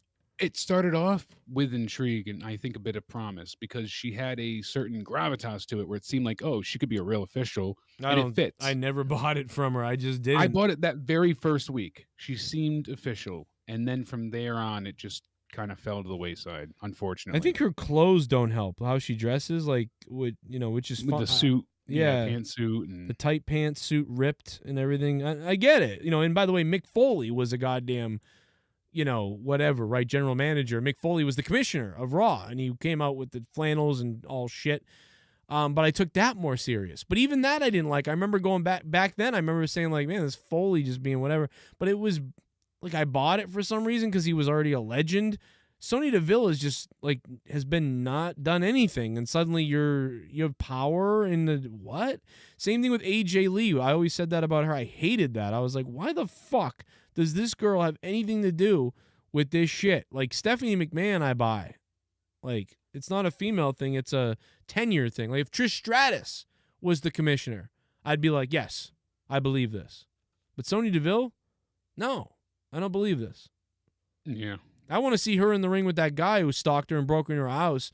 I want to tie him up on a pole and let her beat him with a fucking steel bar. That's what I want to see. I'm with you there. Yeah. People thinking, I don't know if Sasha's returning Friday, but I know you'd be at least a little happy to see the boss return. Hopefully more true to herself. But, yeah, I'd get wet. Hard. She's making a joke saying she can't wait to show Vince her Emmy and all that stuff, and when she will return. Oh soon no, it was an enough, ESPY, right? They won an ESPY. Well, she won an Emmy first, and then an ESPY. Yeah. What? She won an Emmy for what? The Mandalorian. What the fuck? Well, for what? Greatest #7 actor? I don't even know. It was something for the Mandalorian. So what the fuck? It was on one of her tweets. I don't know if she was joking or serious, but she's in the list. So there you go. She won an Emmy. I don't know if she won it or she was joking. Looks like it. Let me double check here. I know she won an ESPY the other day, but a fucking they Emmy? won the ESPN. Her and Bianca both did. So, but what the fuck did she win an Emmy for? Like greatest guest starring role or something? Or she was nominated for an Emmy, but did she not win it? Yeah, I don't think she won it. She didn't win. Nope. She just tweeted it as a joke. But yeah. But hey, look at that. But she was nominated. Yeah, cool. For what That's though? the case here. What is it I don't for? know. I think it's something with technical and effects and stuff because I don't see an official listing, but hey, whatever. Maybe it's like a guest starring thing. I just want to know what it's for. Like, I'm interested, like, what the name of the title is. Like, For what? Best? Yeah, because she didn't do shit on the Mandalorian, really, That's- compared to others. So That's what I'm getting at. as what like, E-Man just said, I think it's just a joke, and that's all. I'm what taking it wrong, website has it? But, I just closed it now. I'll go back to it in a minute. But List- still, Sasha Banks listed on Emmy's campaign poster. yeah, and it was some tweet she had sent out saying showing Vince her Emmy. I guess that's where it originated from. That's what I see now. Okay, so it's her joking, but I wonder Oh. what the picture was for the nomination. I think it was just bullshit. Oh, for your consideration for an Emmy. Ah, there you go. So Okay, now it all makes sense. I was like, when That you said lines that, up. I was like, dude, I'm out of touch if I don't know she yeah, was. because I don't see what the hell she would have won for. But That's what I'm saying. Like, that's what was blowing my mind when you said that. I was like, what? Did I miss something? This is a big deal. Like, this is crazy. Shit I should go bomb. watch that. Joe Hake. Why you no touch PP? I will teach you touch PP while watching Raw. Oh, good God, Great Khali. What the hell's wrong with you? no poopy. You should watch The Mandalorian if you haven't seen it yet, though. I'm I was five. You would like I it. was 5 episodes in, and they fired Gina Carano, and I turned it off. I get that, you know. I'll watch but again when the they series get- was good. Yeah, I don't know. And then I can understand also not wanting to watch it. it also got spoiled for me, so I went, nah. Yeah, because it was such a big thing at the end. Yep. in the most I recent heard season, about it people were going immediately and nuts for it. I went, oh, all right. Well, I mean, I'm still gonna see it. I'm sure I will see it. I'm not really boycotting it, but I sort of just like, I'm not like boycotting it. Like, I will not watch this now because they fired Gina Carano. But It I just kind killed of, your interest. yeah, I just kind of went, ugh, fuck these greasy pieces of shit, fucking Disney assholes. You know, I just kind of went, fuck these people, fuck Hollywood, Star Trek, everything is ruined. It's just fucking gone to hell, and I've had about enough of this shit. Shit bomb. I'm going to win money in the bank. And after the till party with the great Khali. Happy Corbin. Oh, happy Corbin. Thanks for the $5 and becoming a $5 shit bomb. And by the way, guys, make sure you guys are following me or subbing if you can. But follow me on Twitch and my other YouTube channel, Evil Spectrum 3, because when the new season of Diablo launches, I'm sure I'm going to be playing a shitload of Diablo on Twitch and playing games on Twitch. And also Diablo 2 is going to come out. I'm just going to be on Twitch at some point quite a bit. So twitch.tv/Evil Spectrum 3, the number 3. So go follow that and make sure you sub it if you can. Thanks to the people that go over there and sub free with your Amazon Prime. If you have Amazon Prime, I get $3 and it costs you nothing. Jake just resubbed to me the other day with his. Yeah, baby. Amazing shit. So check it out. And by the way, we have a donation that came in from I Love Toes. It's been a while since I've seen him. But I Love Toes, I haven't seen him in a while.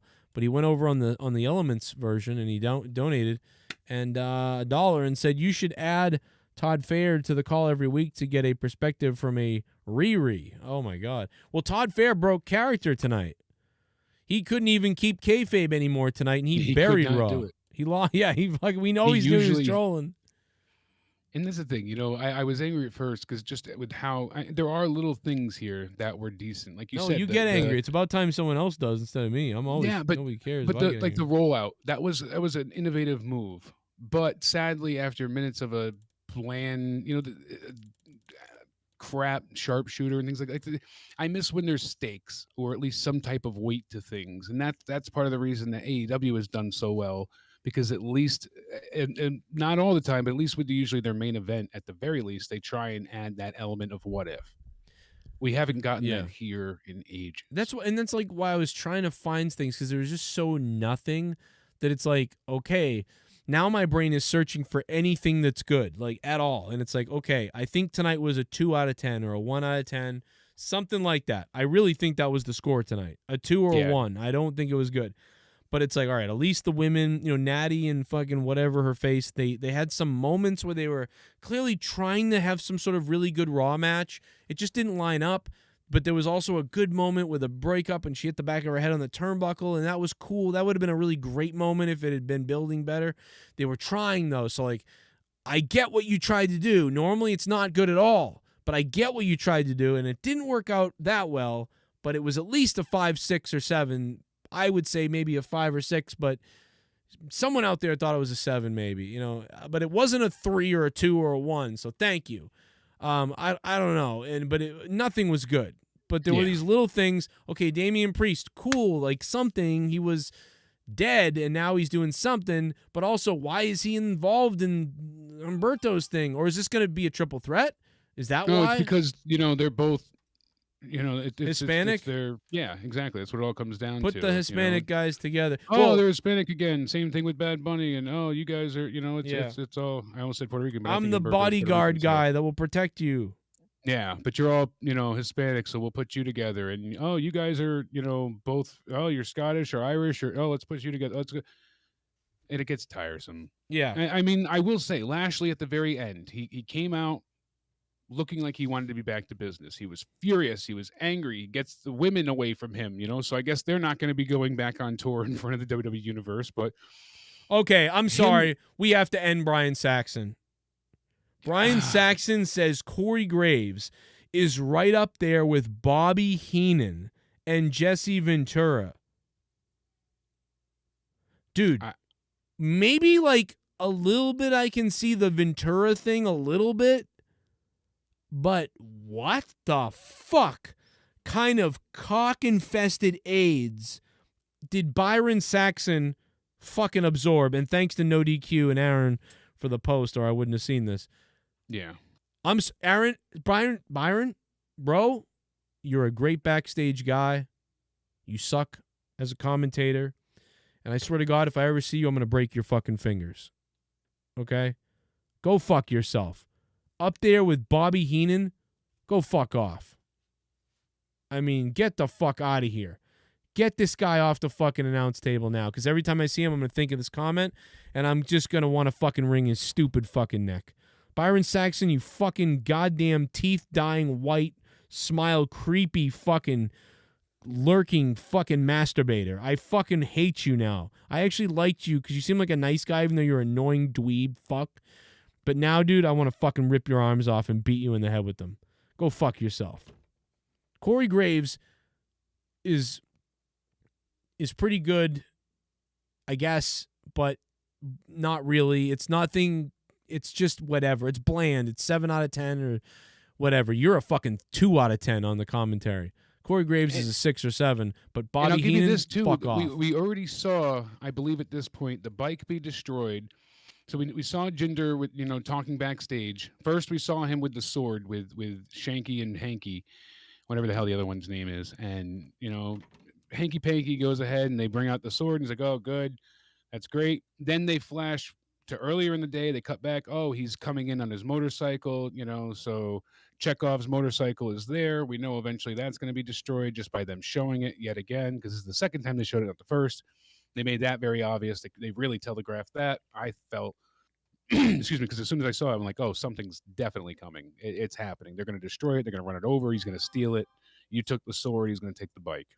So if they hadn't shown it, I would have preferred it. But then you're like, oh, your bike's there. All you need to do is explain it quick. We saw him drive up with it a few weeks ago. Now it's unexpected. Don't show it. You don't need to show it if you already have.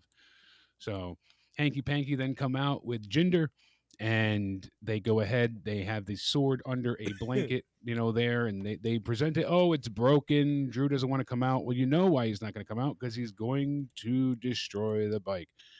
He should have already destroyed the bike, filmed it, and been out there to talk. So then you really don't expect it, and he cuts to a video saying, you know, and that's when he's like, hey, up here. Oh, I'm ready. I know I'm already out there, but this is, you know, make a joke about time travel if you need to. But then he starts attacking them, you know, and too bad it's a sword. You can't really use the sword as a weapon.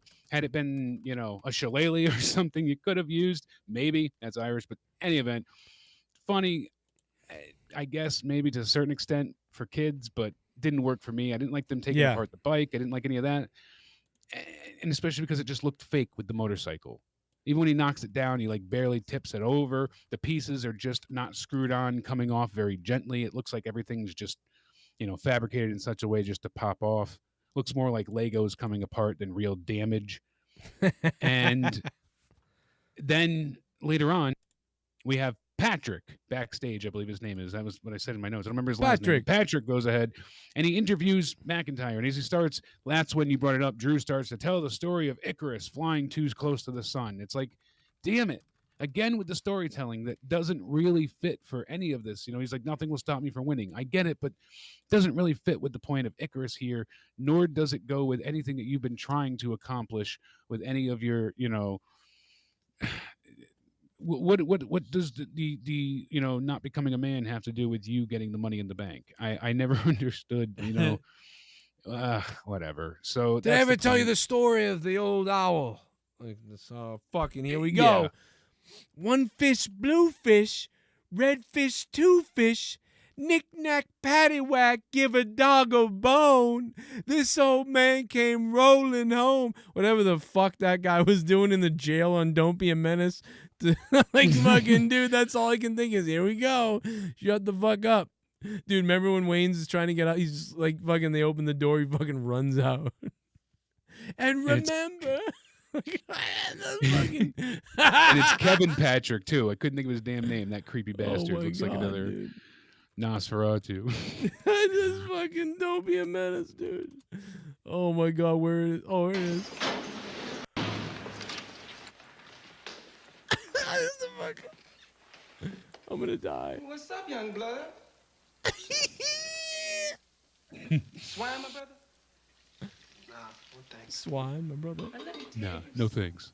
That's the best part is when he goes, this is when it starts. Hey, let me tell you something. Like, that's when you're like, oh no. Nah, no thanks. Now let me tell you something.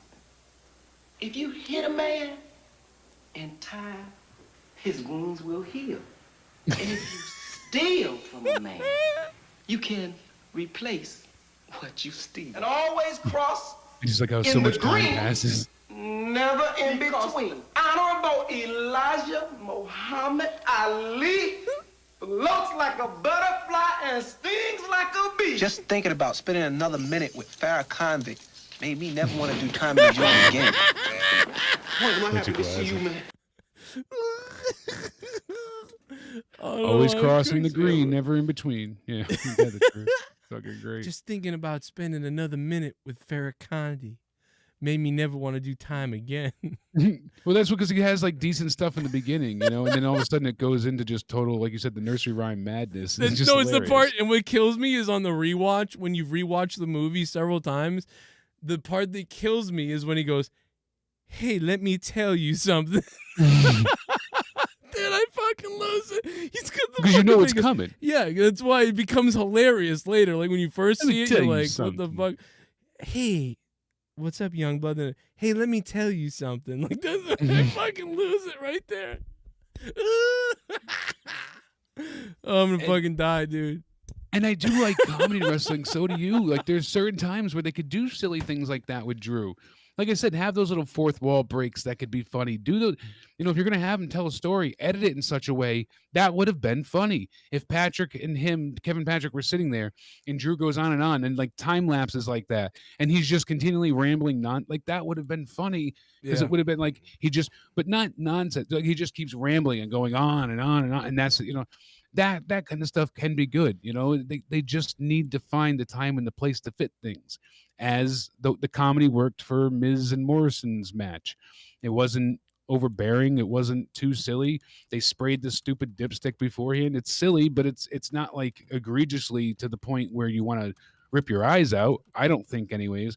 There's other times like some of the stuff they did with Otis and so on and so forth that gets really bad, but I'm going to fucking lose it. I can't stop thinking about it. You know when you run into that person in real life and you're just like, oh, fucking want to kill him. Like fucking. Oh yeah, I talk too much as is, but Jesus, I have a few old friends that were keens for that. Hey, let me tell you something. Let me go back to there's a couple more donations here. Let's see. Never-ending story. I love the movie. Never-ending story.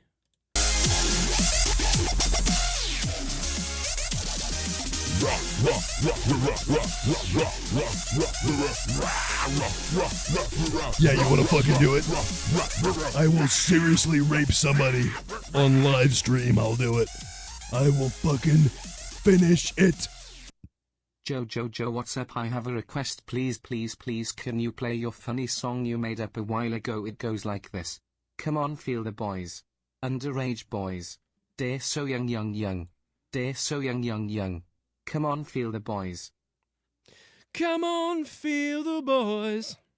I believe it was a song that was about Joe Cronin. Thank you.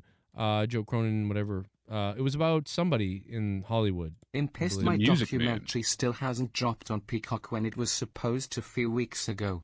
I'm gonna have to wheel my way up to Stanford and fuck some office bitch. Oh. Play my music, Joe. Lex Luger, ladies and gentlemen. What's going on, sir? So coming down the aisle, wheelchair and all, in his Lex Express.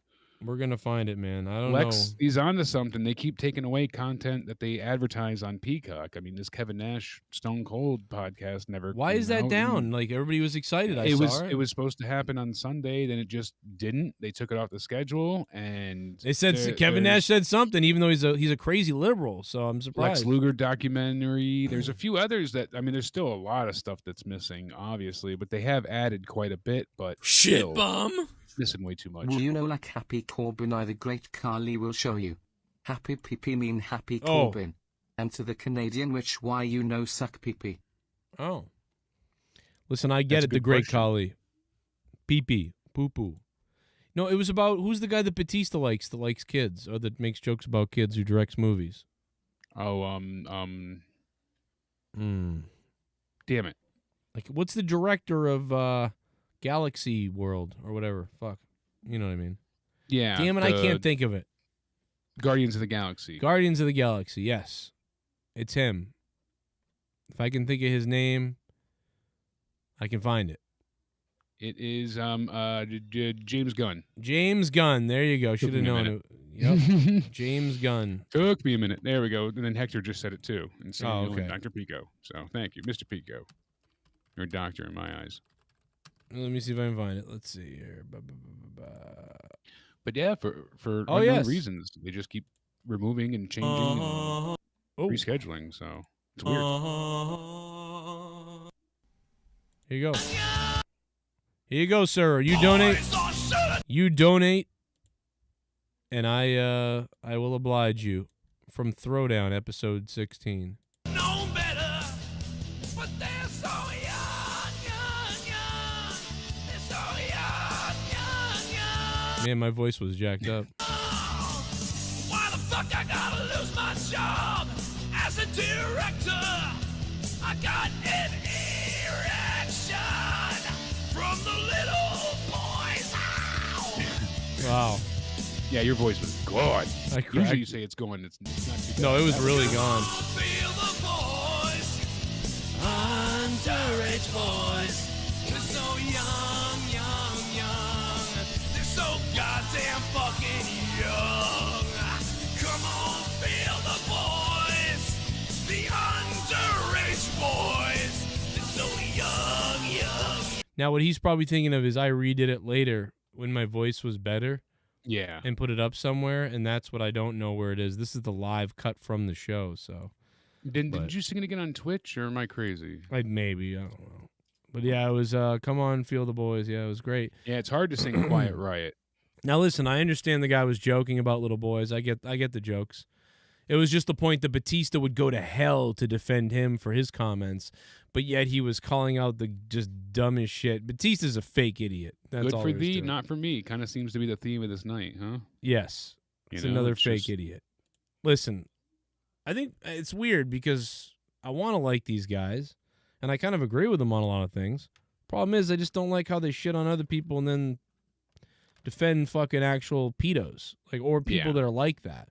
You know, I think James Gunn was joking, but they were creepy. They were weirder than any. I've made some weird jokes way in the past, when I was in my 20s and shit. I've made some crazy shit, but I don't think I never tweeted anything like that. But I get the jokes, but they were like, whoa, they were weird, which is fine. I don't think cancel him as a director, but I think why does everybody else get canceled, but you can do this? It never makes sense. Yeah, no kidding.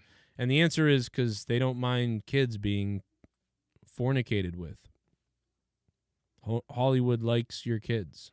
That's the only answer I can think. That's the truth, and people hear that and they're like, "Oh, that's disgusting." But it's the weirdest That's what truth. they're That's doing. why I made that joke first thing today with that multicolored suit that person was wearing. You know, the trying guy to in the teach library. kid. That is insanity. But If you don't let him teach him, you're homophobic. It's you're like, a yeah, I'm bigot. sorry. Don't How want dare you not let him teach your kids? don't want a rainbow pony with a cock reading to my kids at a library. And Sorry. bare ass on the back. There's an actual ass. Dude, that on guy the should have back. been beaten to death with a book. On the back of it, it looks like a baboon's ass. Like it's like how it would be out in the furs all around it. That's the backside of the costume. Like so, you have a dildo on the front, your ass exposed, plastic, but still on the back, and you're supposed to be reading to young children, teaching them to read. And they're like, oh, they came out and apologized for it. It's like, no shit. Like, what are you talking about? They apologized for it. Like, why is this guy alive? Oh, you're homophobic and transphobic, and no, that's not it.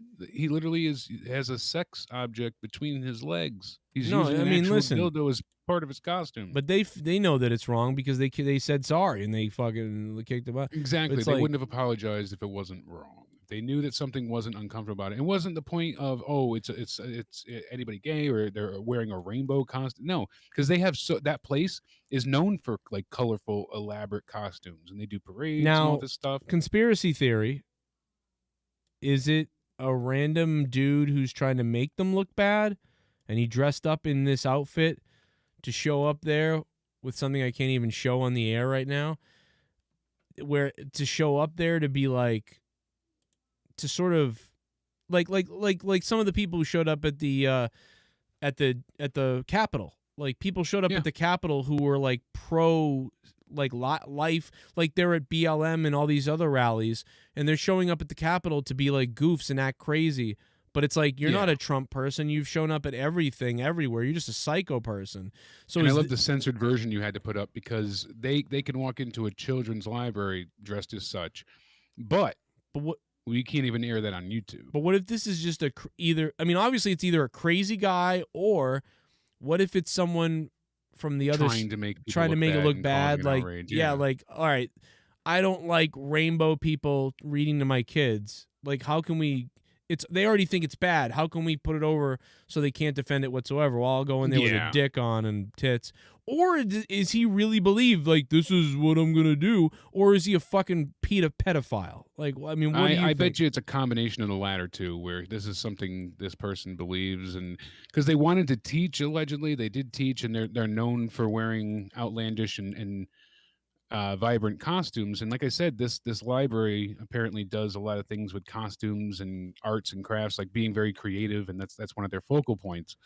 Seeming from the website and some of the stuff I read. So I'm not very knowledgeable with all of this. I don't know. But from what I read and gathering information, my 2 cents, which is worth about half a penny, honestly, it seems like this was more of a I believe it and why are people upset over this kind of thing. Well, I think this guy should That's how it seems as this person's taking it. They should sign WWE should sign him and he'll be called Boink the Clown.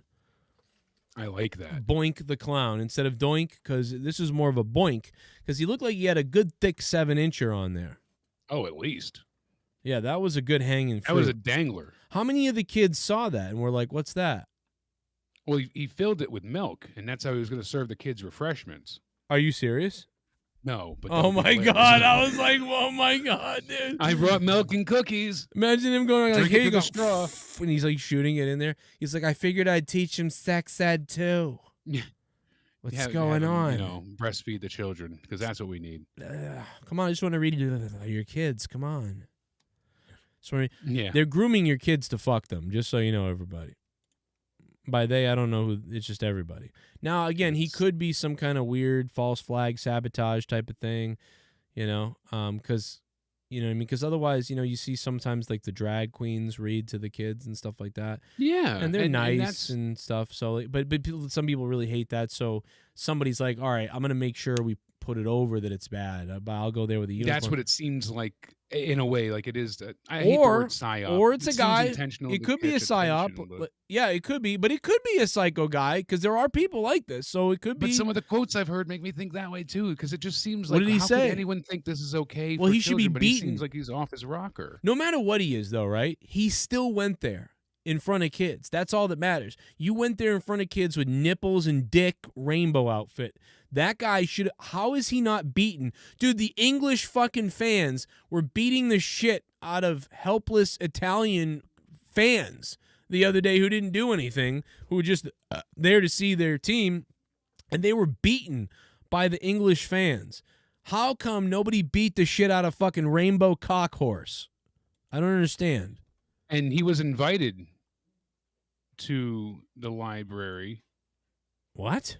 As a person to bring in. So he was a special guest. Oh. Good Maze Library in Redbridge, East London. They invited this actor in a rainbow monkey costume with a fake penis and bare bum to the launch event and created an absolute shitstorm. So I'm trying to You know find what out they a bit did? more, You know what happened to his parents who were like all inclusive about everything were happy, and then that guy showed up and they went, wait a minute. And finally, it must have been enough for those parents to be like, yay, like rainbows and, you know, love and guys making out and rainbows and transsexual, everybody, cool, read to my kids, let's have a good event. And then this guy was enough. Like the guy, everything else making out and stuff was fine, that's okay. But then finally this guy showed up with a dick on, and they finally went, wait a minute, that's not okay. But they still did. And the library, like we said before, they let the mea culpas roll in. We're like, all right, they're going to start all the apologies, and a further statement will be made, and we're apologizing. And, you know, one of the costumes were inappropriate. We were not aware at the time of booking. But why would you let them in anyways? That guy doesn't leave the library if my kid's at the library and he shows up in that. That guy, I'll just tell you right now, that guy does not leave the library. Without a fucking, I'd break that dick over his face. You know what I mean? Yeah. That guy's not leaving the library. I mean, to think that a rainbow dildo butt monkey, and that's a direct quote. That's what he's being labeled as. Rainbow dildo butt monkey. That's what comes up on Google. That was the trend. That was the first title. That's how he's been referred to. This guy could be in WWE. There it is. Yeah, now. There you He'll go. be the next one challenging Drew, apparently. See, I'm not afraid, John. I showed it to you. Now you can see it. There you go. That's what it looks like. But you actually, it's not a matter of being afraid. It's just a fact of. I'm not afraid. I showed it to you. There you go. You can show weird. A dildo on YouTube. It's not a problem. But there you go. I gave it to you. So there you go. That's what he looked like, Brian. I'm not gonna leave it up on the screen though, obviously. But that's what he looks like. I mean, you know, there you go. You wanted to see what you didn't believe it? There you go. Now you got it. There you go. Look at that. I've seen everybody on YouTube covering it today, and they're fine too. So I'll be all right to show it. But the bottom line it's is, just funny how on YouTube like this could be an issue. But you see other people like in strawberry costumes reading. And the lady in the strawberry is looking at the rainbow dildo butt monkey, and she's in her strawberry costume, and she's just like, what choices have I made in my life that led to this moment? Dude, that's the face she has. Dude, these are great. I got to be honest. I mean, this is what I've been dreaming of those for a long time, you know, to be honest. And until they got shit on Twitter, their Twitter said, if you've got it, flaunt it on social media. So they were all like, now they're apologizing. Like I said, the mea culpa if you've got it, flaunt it to 4-year-olds at the library. But hey, 4-year-olds. How does that encourage kids to read? I don't understand that. And kids are very inquisitive in nature. You know, I was just dealing with my like I said, my niece and nephew, and can't get over everything's why. Like, you know this, firsthand. And it's been a while since Danny's older, but dealing with nieces and nephews, they see things like that. Nudity is obvious. They're going to ask questions, and it's not like you can't explain things, but still, in that concern, it's hard to explain. You shouldn't have to. The kids don't need that shit. Dude, I would rip that dildo off. If it was just a rainbow monkey and people were upset and he had face paint on, they were complaining because it was a rainbow, I would be livid. Yeah, because that's fun. There. Kids love rainbows. That's all right. Having nipples on the monkey costume. Yeah, nipples. Again, that's a little weirder. That's weirder. But sometimes, all right, it's a rainbow monkey costume. A rainbow monkey costume would be like, all right, that's weird. That's kind of weird, but it's the dick. It's the dildo. It's the huge the dick dildo, and the ass, the bare ass, the dildo and the bare ass that really like. Right. Because it's the combination of the two. Right. Yeah. Then the nipples on top and then the attitude. You got to love it. I would have loved to beat that guy to death with a dildo. I would have hurt that man with a dildo. Would have been fun. Would have been. He would have liked it though, so I don't think he would have hurt him. Yeah. Listen, I don't know what to say anymore about anything in this world. This world's insane. All I know is nobody's happy, right? Like the Cubans have the American flag, and they're like, American freedom, we want to go there. And then in America, we have people marching with communist flags, like and people in France were rioting a while back. People in Africa are looting like crazy today. So what I determined is just nobody's happy, wherever you are. The grass is greener because nobody's happy. So that's really what it is. Nobody's fucking happy. It is, and then you see people say, as you said before, when they go elsewhere, or they think it's going to be better outside of WWE, and it might be for a little bit, but it's kind of been the same everywhere. So yeah, everybody's kind of restless right pandemic. now. The pandemic, It was before the pandemic too. People were restless before the pandemic. Now they're really restless. Now, Jake, let me ask you this. This is not a wrestling question. Thank you guys for all the donations tonight, the support and the talk and all the fun we had.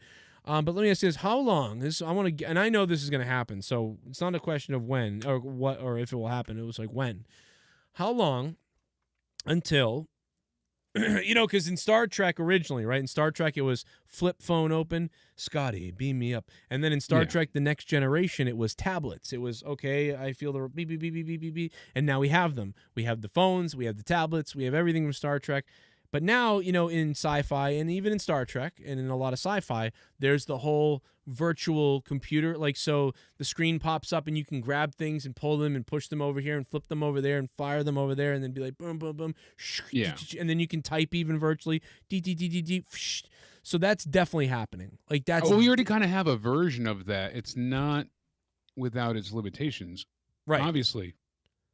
So how long until like the HoloLens and augmented reality? WWE's messing with augmented reality, the stupid birds and with the flip flops and whatnot. But how long? Well, I mean, how long until there's because I'm thinking, right, like a box sits up on the top of your room, right, like a square, and it's actually like a projector, and it beams the projection laser in front of you, so you can. I say probably 10 years. Wow. Okay. I know that sounds a bit too soon, That's but about when right. you look at the interface and how it functions for the Oculus, and you put any type of 3D whatever, when you put the glasses on, they kind of already have a version of what you saw in Minority Report, where he was doing everything, but he had the fingers, and the gloves, and that was how Tom Cruise was able to navigate, go through, and scrub.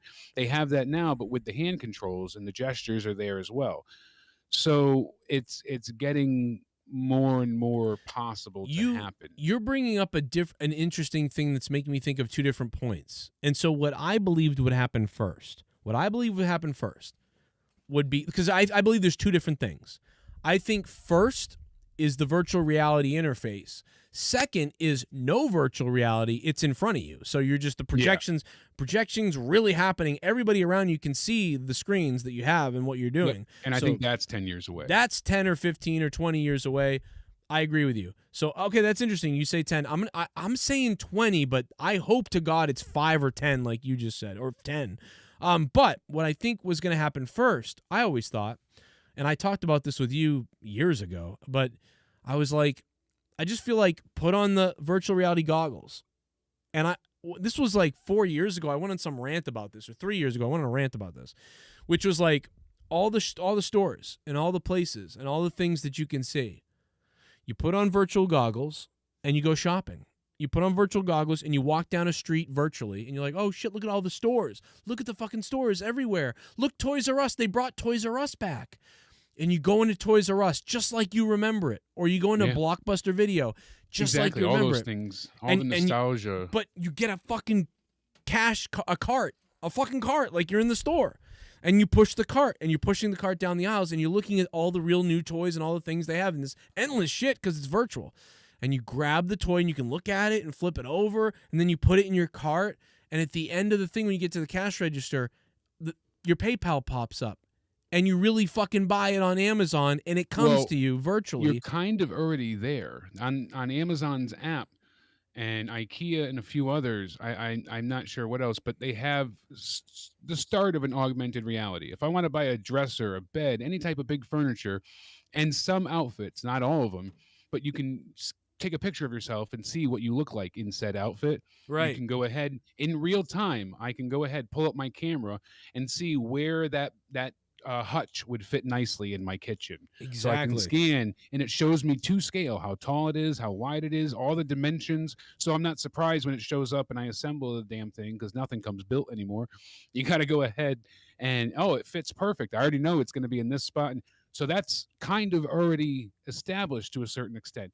And what Amazon has a patent in development for, I guess, is they want that digital shopping experience. They Oh, want really? you to go to the mall in your home. Yes, this is exactly what I'm saying. And so Jake, everything you were just describing Wow. is what they want. So you're going to load up. they're trying to the patent it, Amazon though? That's program. fucked up. They were working on some type of, for the specific tech. So what it is that the tech would use some type of, because they already have their cameras, and it would coincide with that. It was pretty crazy for everything they want to do, but it's very ambitious. But you already have like the Amazon camera, so you can literally eventually, when the technology is available, you could put some type of projector into that. Yeah. It's not far off, but they want you to be able to have a Amazon specific grocery store, or Amazon clothing store, or Amazon video game store, where you go in and you can try out the video games or try out and everything's just loading in front of you. Microsoft is already doing that, where you can play on mobile, or you can play on a new device that they're sending out. Well, and by the way, Jake, people would say, why do you want this when you can just go on Amazon now and type in stuff and find it? The reason why, here's the reason why I think it could work and why it's viable. Number one, people are missing an experience. So it's an experience virtually that will be fun. And the second reason is discovery. The problem that we don't have the issue we have right now a lot is you go to Walmart and there's a small selection, but that's it. And when you see something you like, that's when you buy it on Amazon. There's only so much browsing on Amazon you can do. But if you could put things like virtually visible, even if you didn't have virtual reality, fuck virtual reality. This is not something we can't do right now. We can do this right now, where you take your keyboard and mouse and just walk through a virtual store of stuff that they put, and it would be like advertisements, essentially. They've done that a few different times, where H&M did it, and somebody else did, like a Abercrombie and Fitch, one of those model Hollister, something like that. I remember a while back they filmed something so you could like walk through and pick out your stuff, and it was interactive, and it looked pretty cool. But we it's not that far off. Like you said, you're limited in what you're capable of buying. So it's a great way to market. Window shopping is ideal. They love that. Yes. And that's a great place of placement. And there's so much marketing thought that goes into a store. That's why grocery stores, key items that you need, staples, are in the back. Meaning eggs, bread, milk, things that you need to use daily, usually butter. Those things are always in the way back, and you have to walk by certain sales or certain scents to get there. You're usually walking by the bakery. It makes you hungry. They pump certain things into the air. There's all these things, that the way the lighting is, the way the temperature is. And they want to replicate that. They've already had smell-o-vision for some games and movies. They want to have that, so you can actually smell fresh bagels and cookies baking when you're going through said shop. I mean, and what does it do? It opens up abilities for you to see new items, to buy things, to have things. It's great, but if I want to go to the store and buy that hat, all right, well, how do I know I'm going to like it? It's a hat like all the others, but is it going to fit? Is it going to look good? That's the thing. You get to try it on. You get to go ahead and see what you look like. All of these things that we kind of don't have before. So a lot of stores are closing, and virtual is going to be that brick and mortar option. It's the same thing with bands, right? You have trouble finding new bands and music nowadays, in a way, unless it's already on YouTube or getting popular. There's no variety music show, or the radio is limited. No one listens as much. Yeah, it's just, there's a lot. There's a place for that discovery, and really the discovery a lot of times comes through YouTubers or Twitch, or people that you watch. Like, you discover things through them. That's how discovery happens now a lot of times. It's through influencers and shit, because otherwise you don't know. Like, so many times, dude, I'm looking for gift ideas, and I'm like, I don't know. I have to walk around and look, and I don't like doing that usually. But once in a while, it's like, fuck, I need to go look and browse. Yeah. And it's hard to browse on sites at a certain point. Like, even on Xbox. I'll go on Xbox, look for a movie, and I'll be like, oh, I don't know. So I find myself a lot of times typing in, like, movies from 2004, so I can specifically look through a list to find whatever. And so I guess that's cool, but there's something I used to go on the WWE Network maybe once a day. and I would just put something on in the background when I was getting ready to collect news for Out of Nowhere, or when and I would just pull up something old, and it was just, whatever I could find, and stuff I've never seen before, things I wanted to relive, nostalgia, just fun. Oh, first episode of SmackDown. I want to hear Jim Cornette make some funny calls. I want to go ahead and I want to see, stuff with Mr. Wonderful. Let's go back. I have not gone back onto the network. I've gone on Daily Motion and YouTube to look for things, but not the network because I cannot stand Peacock's UI. Oh, God, it's the worst. I don't even want to. I'm the same way. I had stuff I wanted to watch, and I'm irritated by the fucking Peacock interface, which sounds hilarious. But it should, but it's awful. It's so encumbersome. It's not user-friendly at all whatsoever. You cannot search for anything specifically. You can't enter anyone, and I know they said they're working on it. All content was supposed to be added by SummerSlam. Jimmy reminded us that before in the chat, but I can't get through. If I want to search for WCW 1991 and go there, you can't. You can't. You can go to seasons, and you have to do it that way, but you can't search for jack squat. And it's just really unfortunate that the network was so ideal and got so much better as time went on, not just with what the content they offered, but how they organized it too. And Peacock, to begin with, I thought, oh, they got a decent selection, but it's not worth it at this point in time. Right. Well, that's about it, man. I think we went further than we needed to. So, Jake, man, at Countdown Ended on Twitter. Love you, brother. Anything else you want to say? No, love you as always. And my God, love you, Chad. Everybody stay sexy. And yeah, we might see, it could be Sasha Banks. It could be Toni Storm, or it could be Becky Lynch. People are saying for the Money in the Bank, the last spot. I say don't get your hopes up because Becky's on Raw. They already have 4 Raw participants. They need one more for SmackDown, which makes me think they're going to have to add somebody because there's only 4 women's wrestlers. Doesn't it stink on SmackDown? Doesn't it reek of someone else, but then Becky comes back the next night on Raw? That's what I think they're doing because they wanted Raw to feel like anything can happen. By the way, Out of Nowhere, Thursday night, taking place on Patreon. That's Remember, right. $2 and up tier. Anyone could take advantage of Out of Nowhere this Thursday on patreon.com/Joe Cronin Show. $2 tier and up gets you access. You're not going to want to miss it. Not only are we going to give our predictions for Money in the Bank, but I've got a bunch of news on AEW and plans for their build to All Out and some other interesting stuff along the way that we'll talk about. All right, babe. It's going to be fun. Out of Nowhere, Thursday night at 10 p.m., Thursday night, 10 p.m. on Patreon. Remember that. Come on over there. Sign up on Patreon. We're at 285 patrons right now. Something like that. Jake, I'll catch you later, man. Thanks, brother. I'll talk to you soon. All right, everybody. Have a great night. Keep it wet. Good night, everybody. Thanks for being wet and being weird. And we'll go out with some, I don't know. What should we go out with? I don't know. Oh, how about some random heel commentary from me? I don't know. Here's some random heel commentary. Thank you guys for being here tonight. We love you. We love you long time. I'm sorry. I don't know why I did that. I shouldn't have done that. I'm sorry. Fuck it. Wow! PJ! There you go. I'm impressed. I gotta be honest. And his dad is so excited out there in the crowd. His dad is out here? Really? Yeah, he said that right there. He pointed out his father's on the other side of the ring. Oh, my goodness. Almost died in front of his dad right there. Just got dumped right. Oh, beautiful. The ladies, man. Look at how good they look. These guys could be on the cover of Men's Magazine and Body Fitness and every magazine out there. Look at these guys. They're just what they wear to this ring. They're in a match right now. Teddy Goods is wrestling, and he's wearing something that's better than most of these people in the crowd right now. Look at that slob in the front row. Look at this guy. Oh, look at this guy, Bailey. I see him. He doesn't seem to be too happy with Teddy Goods. Teddy Goods talking down to him. And now here's Goldust behind. He has no IDs behind him, Joe. And a chop to the chest from Goldust. Oh, come on. That idiot distracted Teddy Goods. Oh, the fans. Oh. There we go.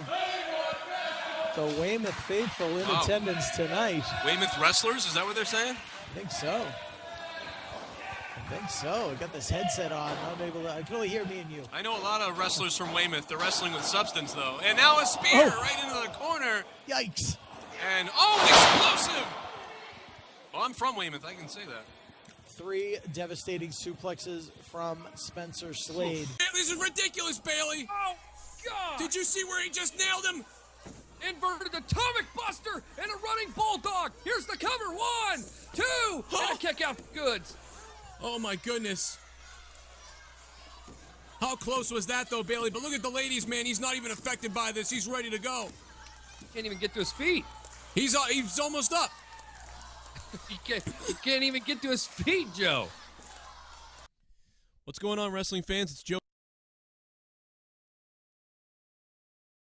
I'm buying a bullfag fuck my ass fall for Colonel Santos.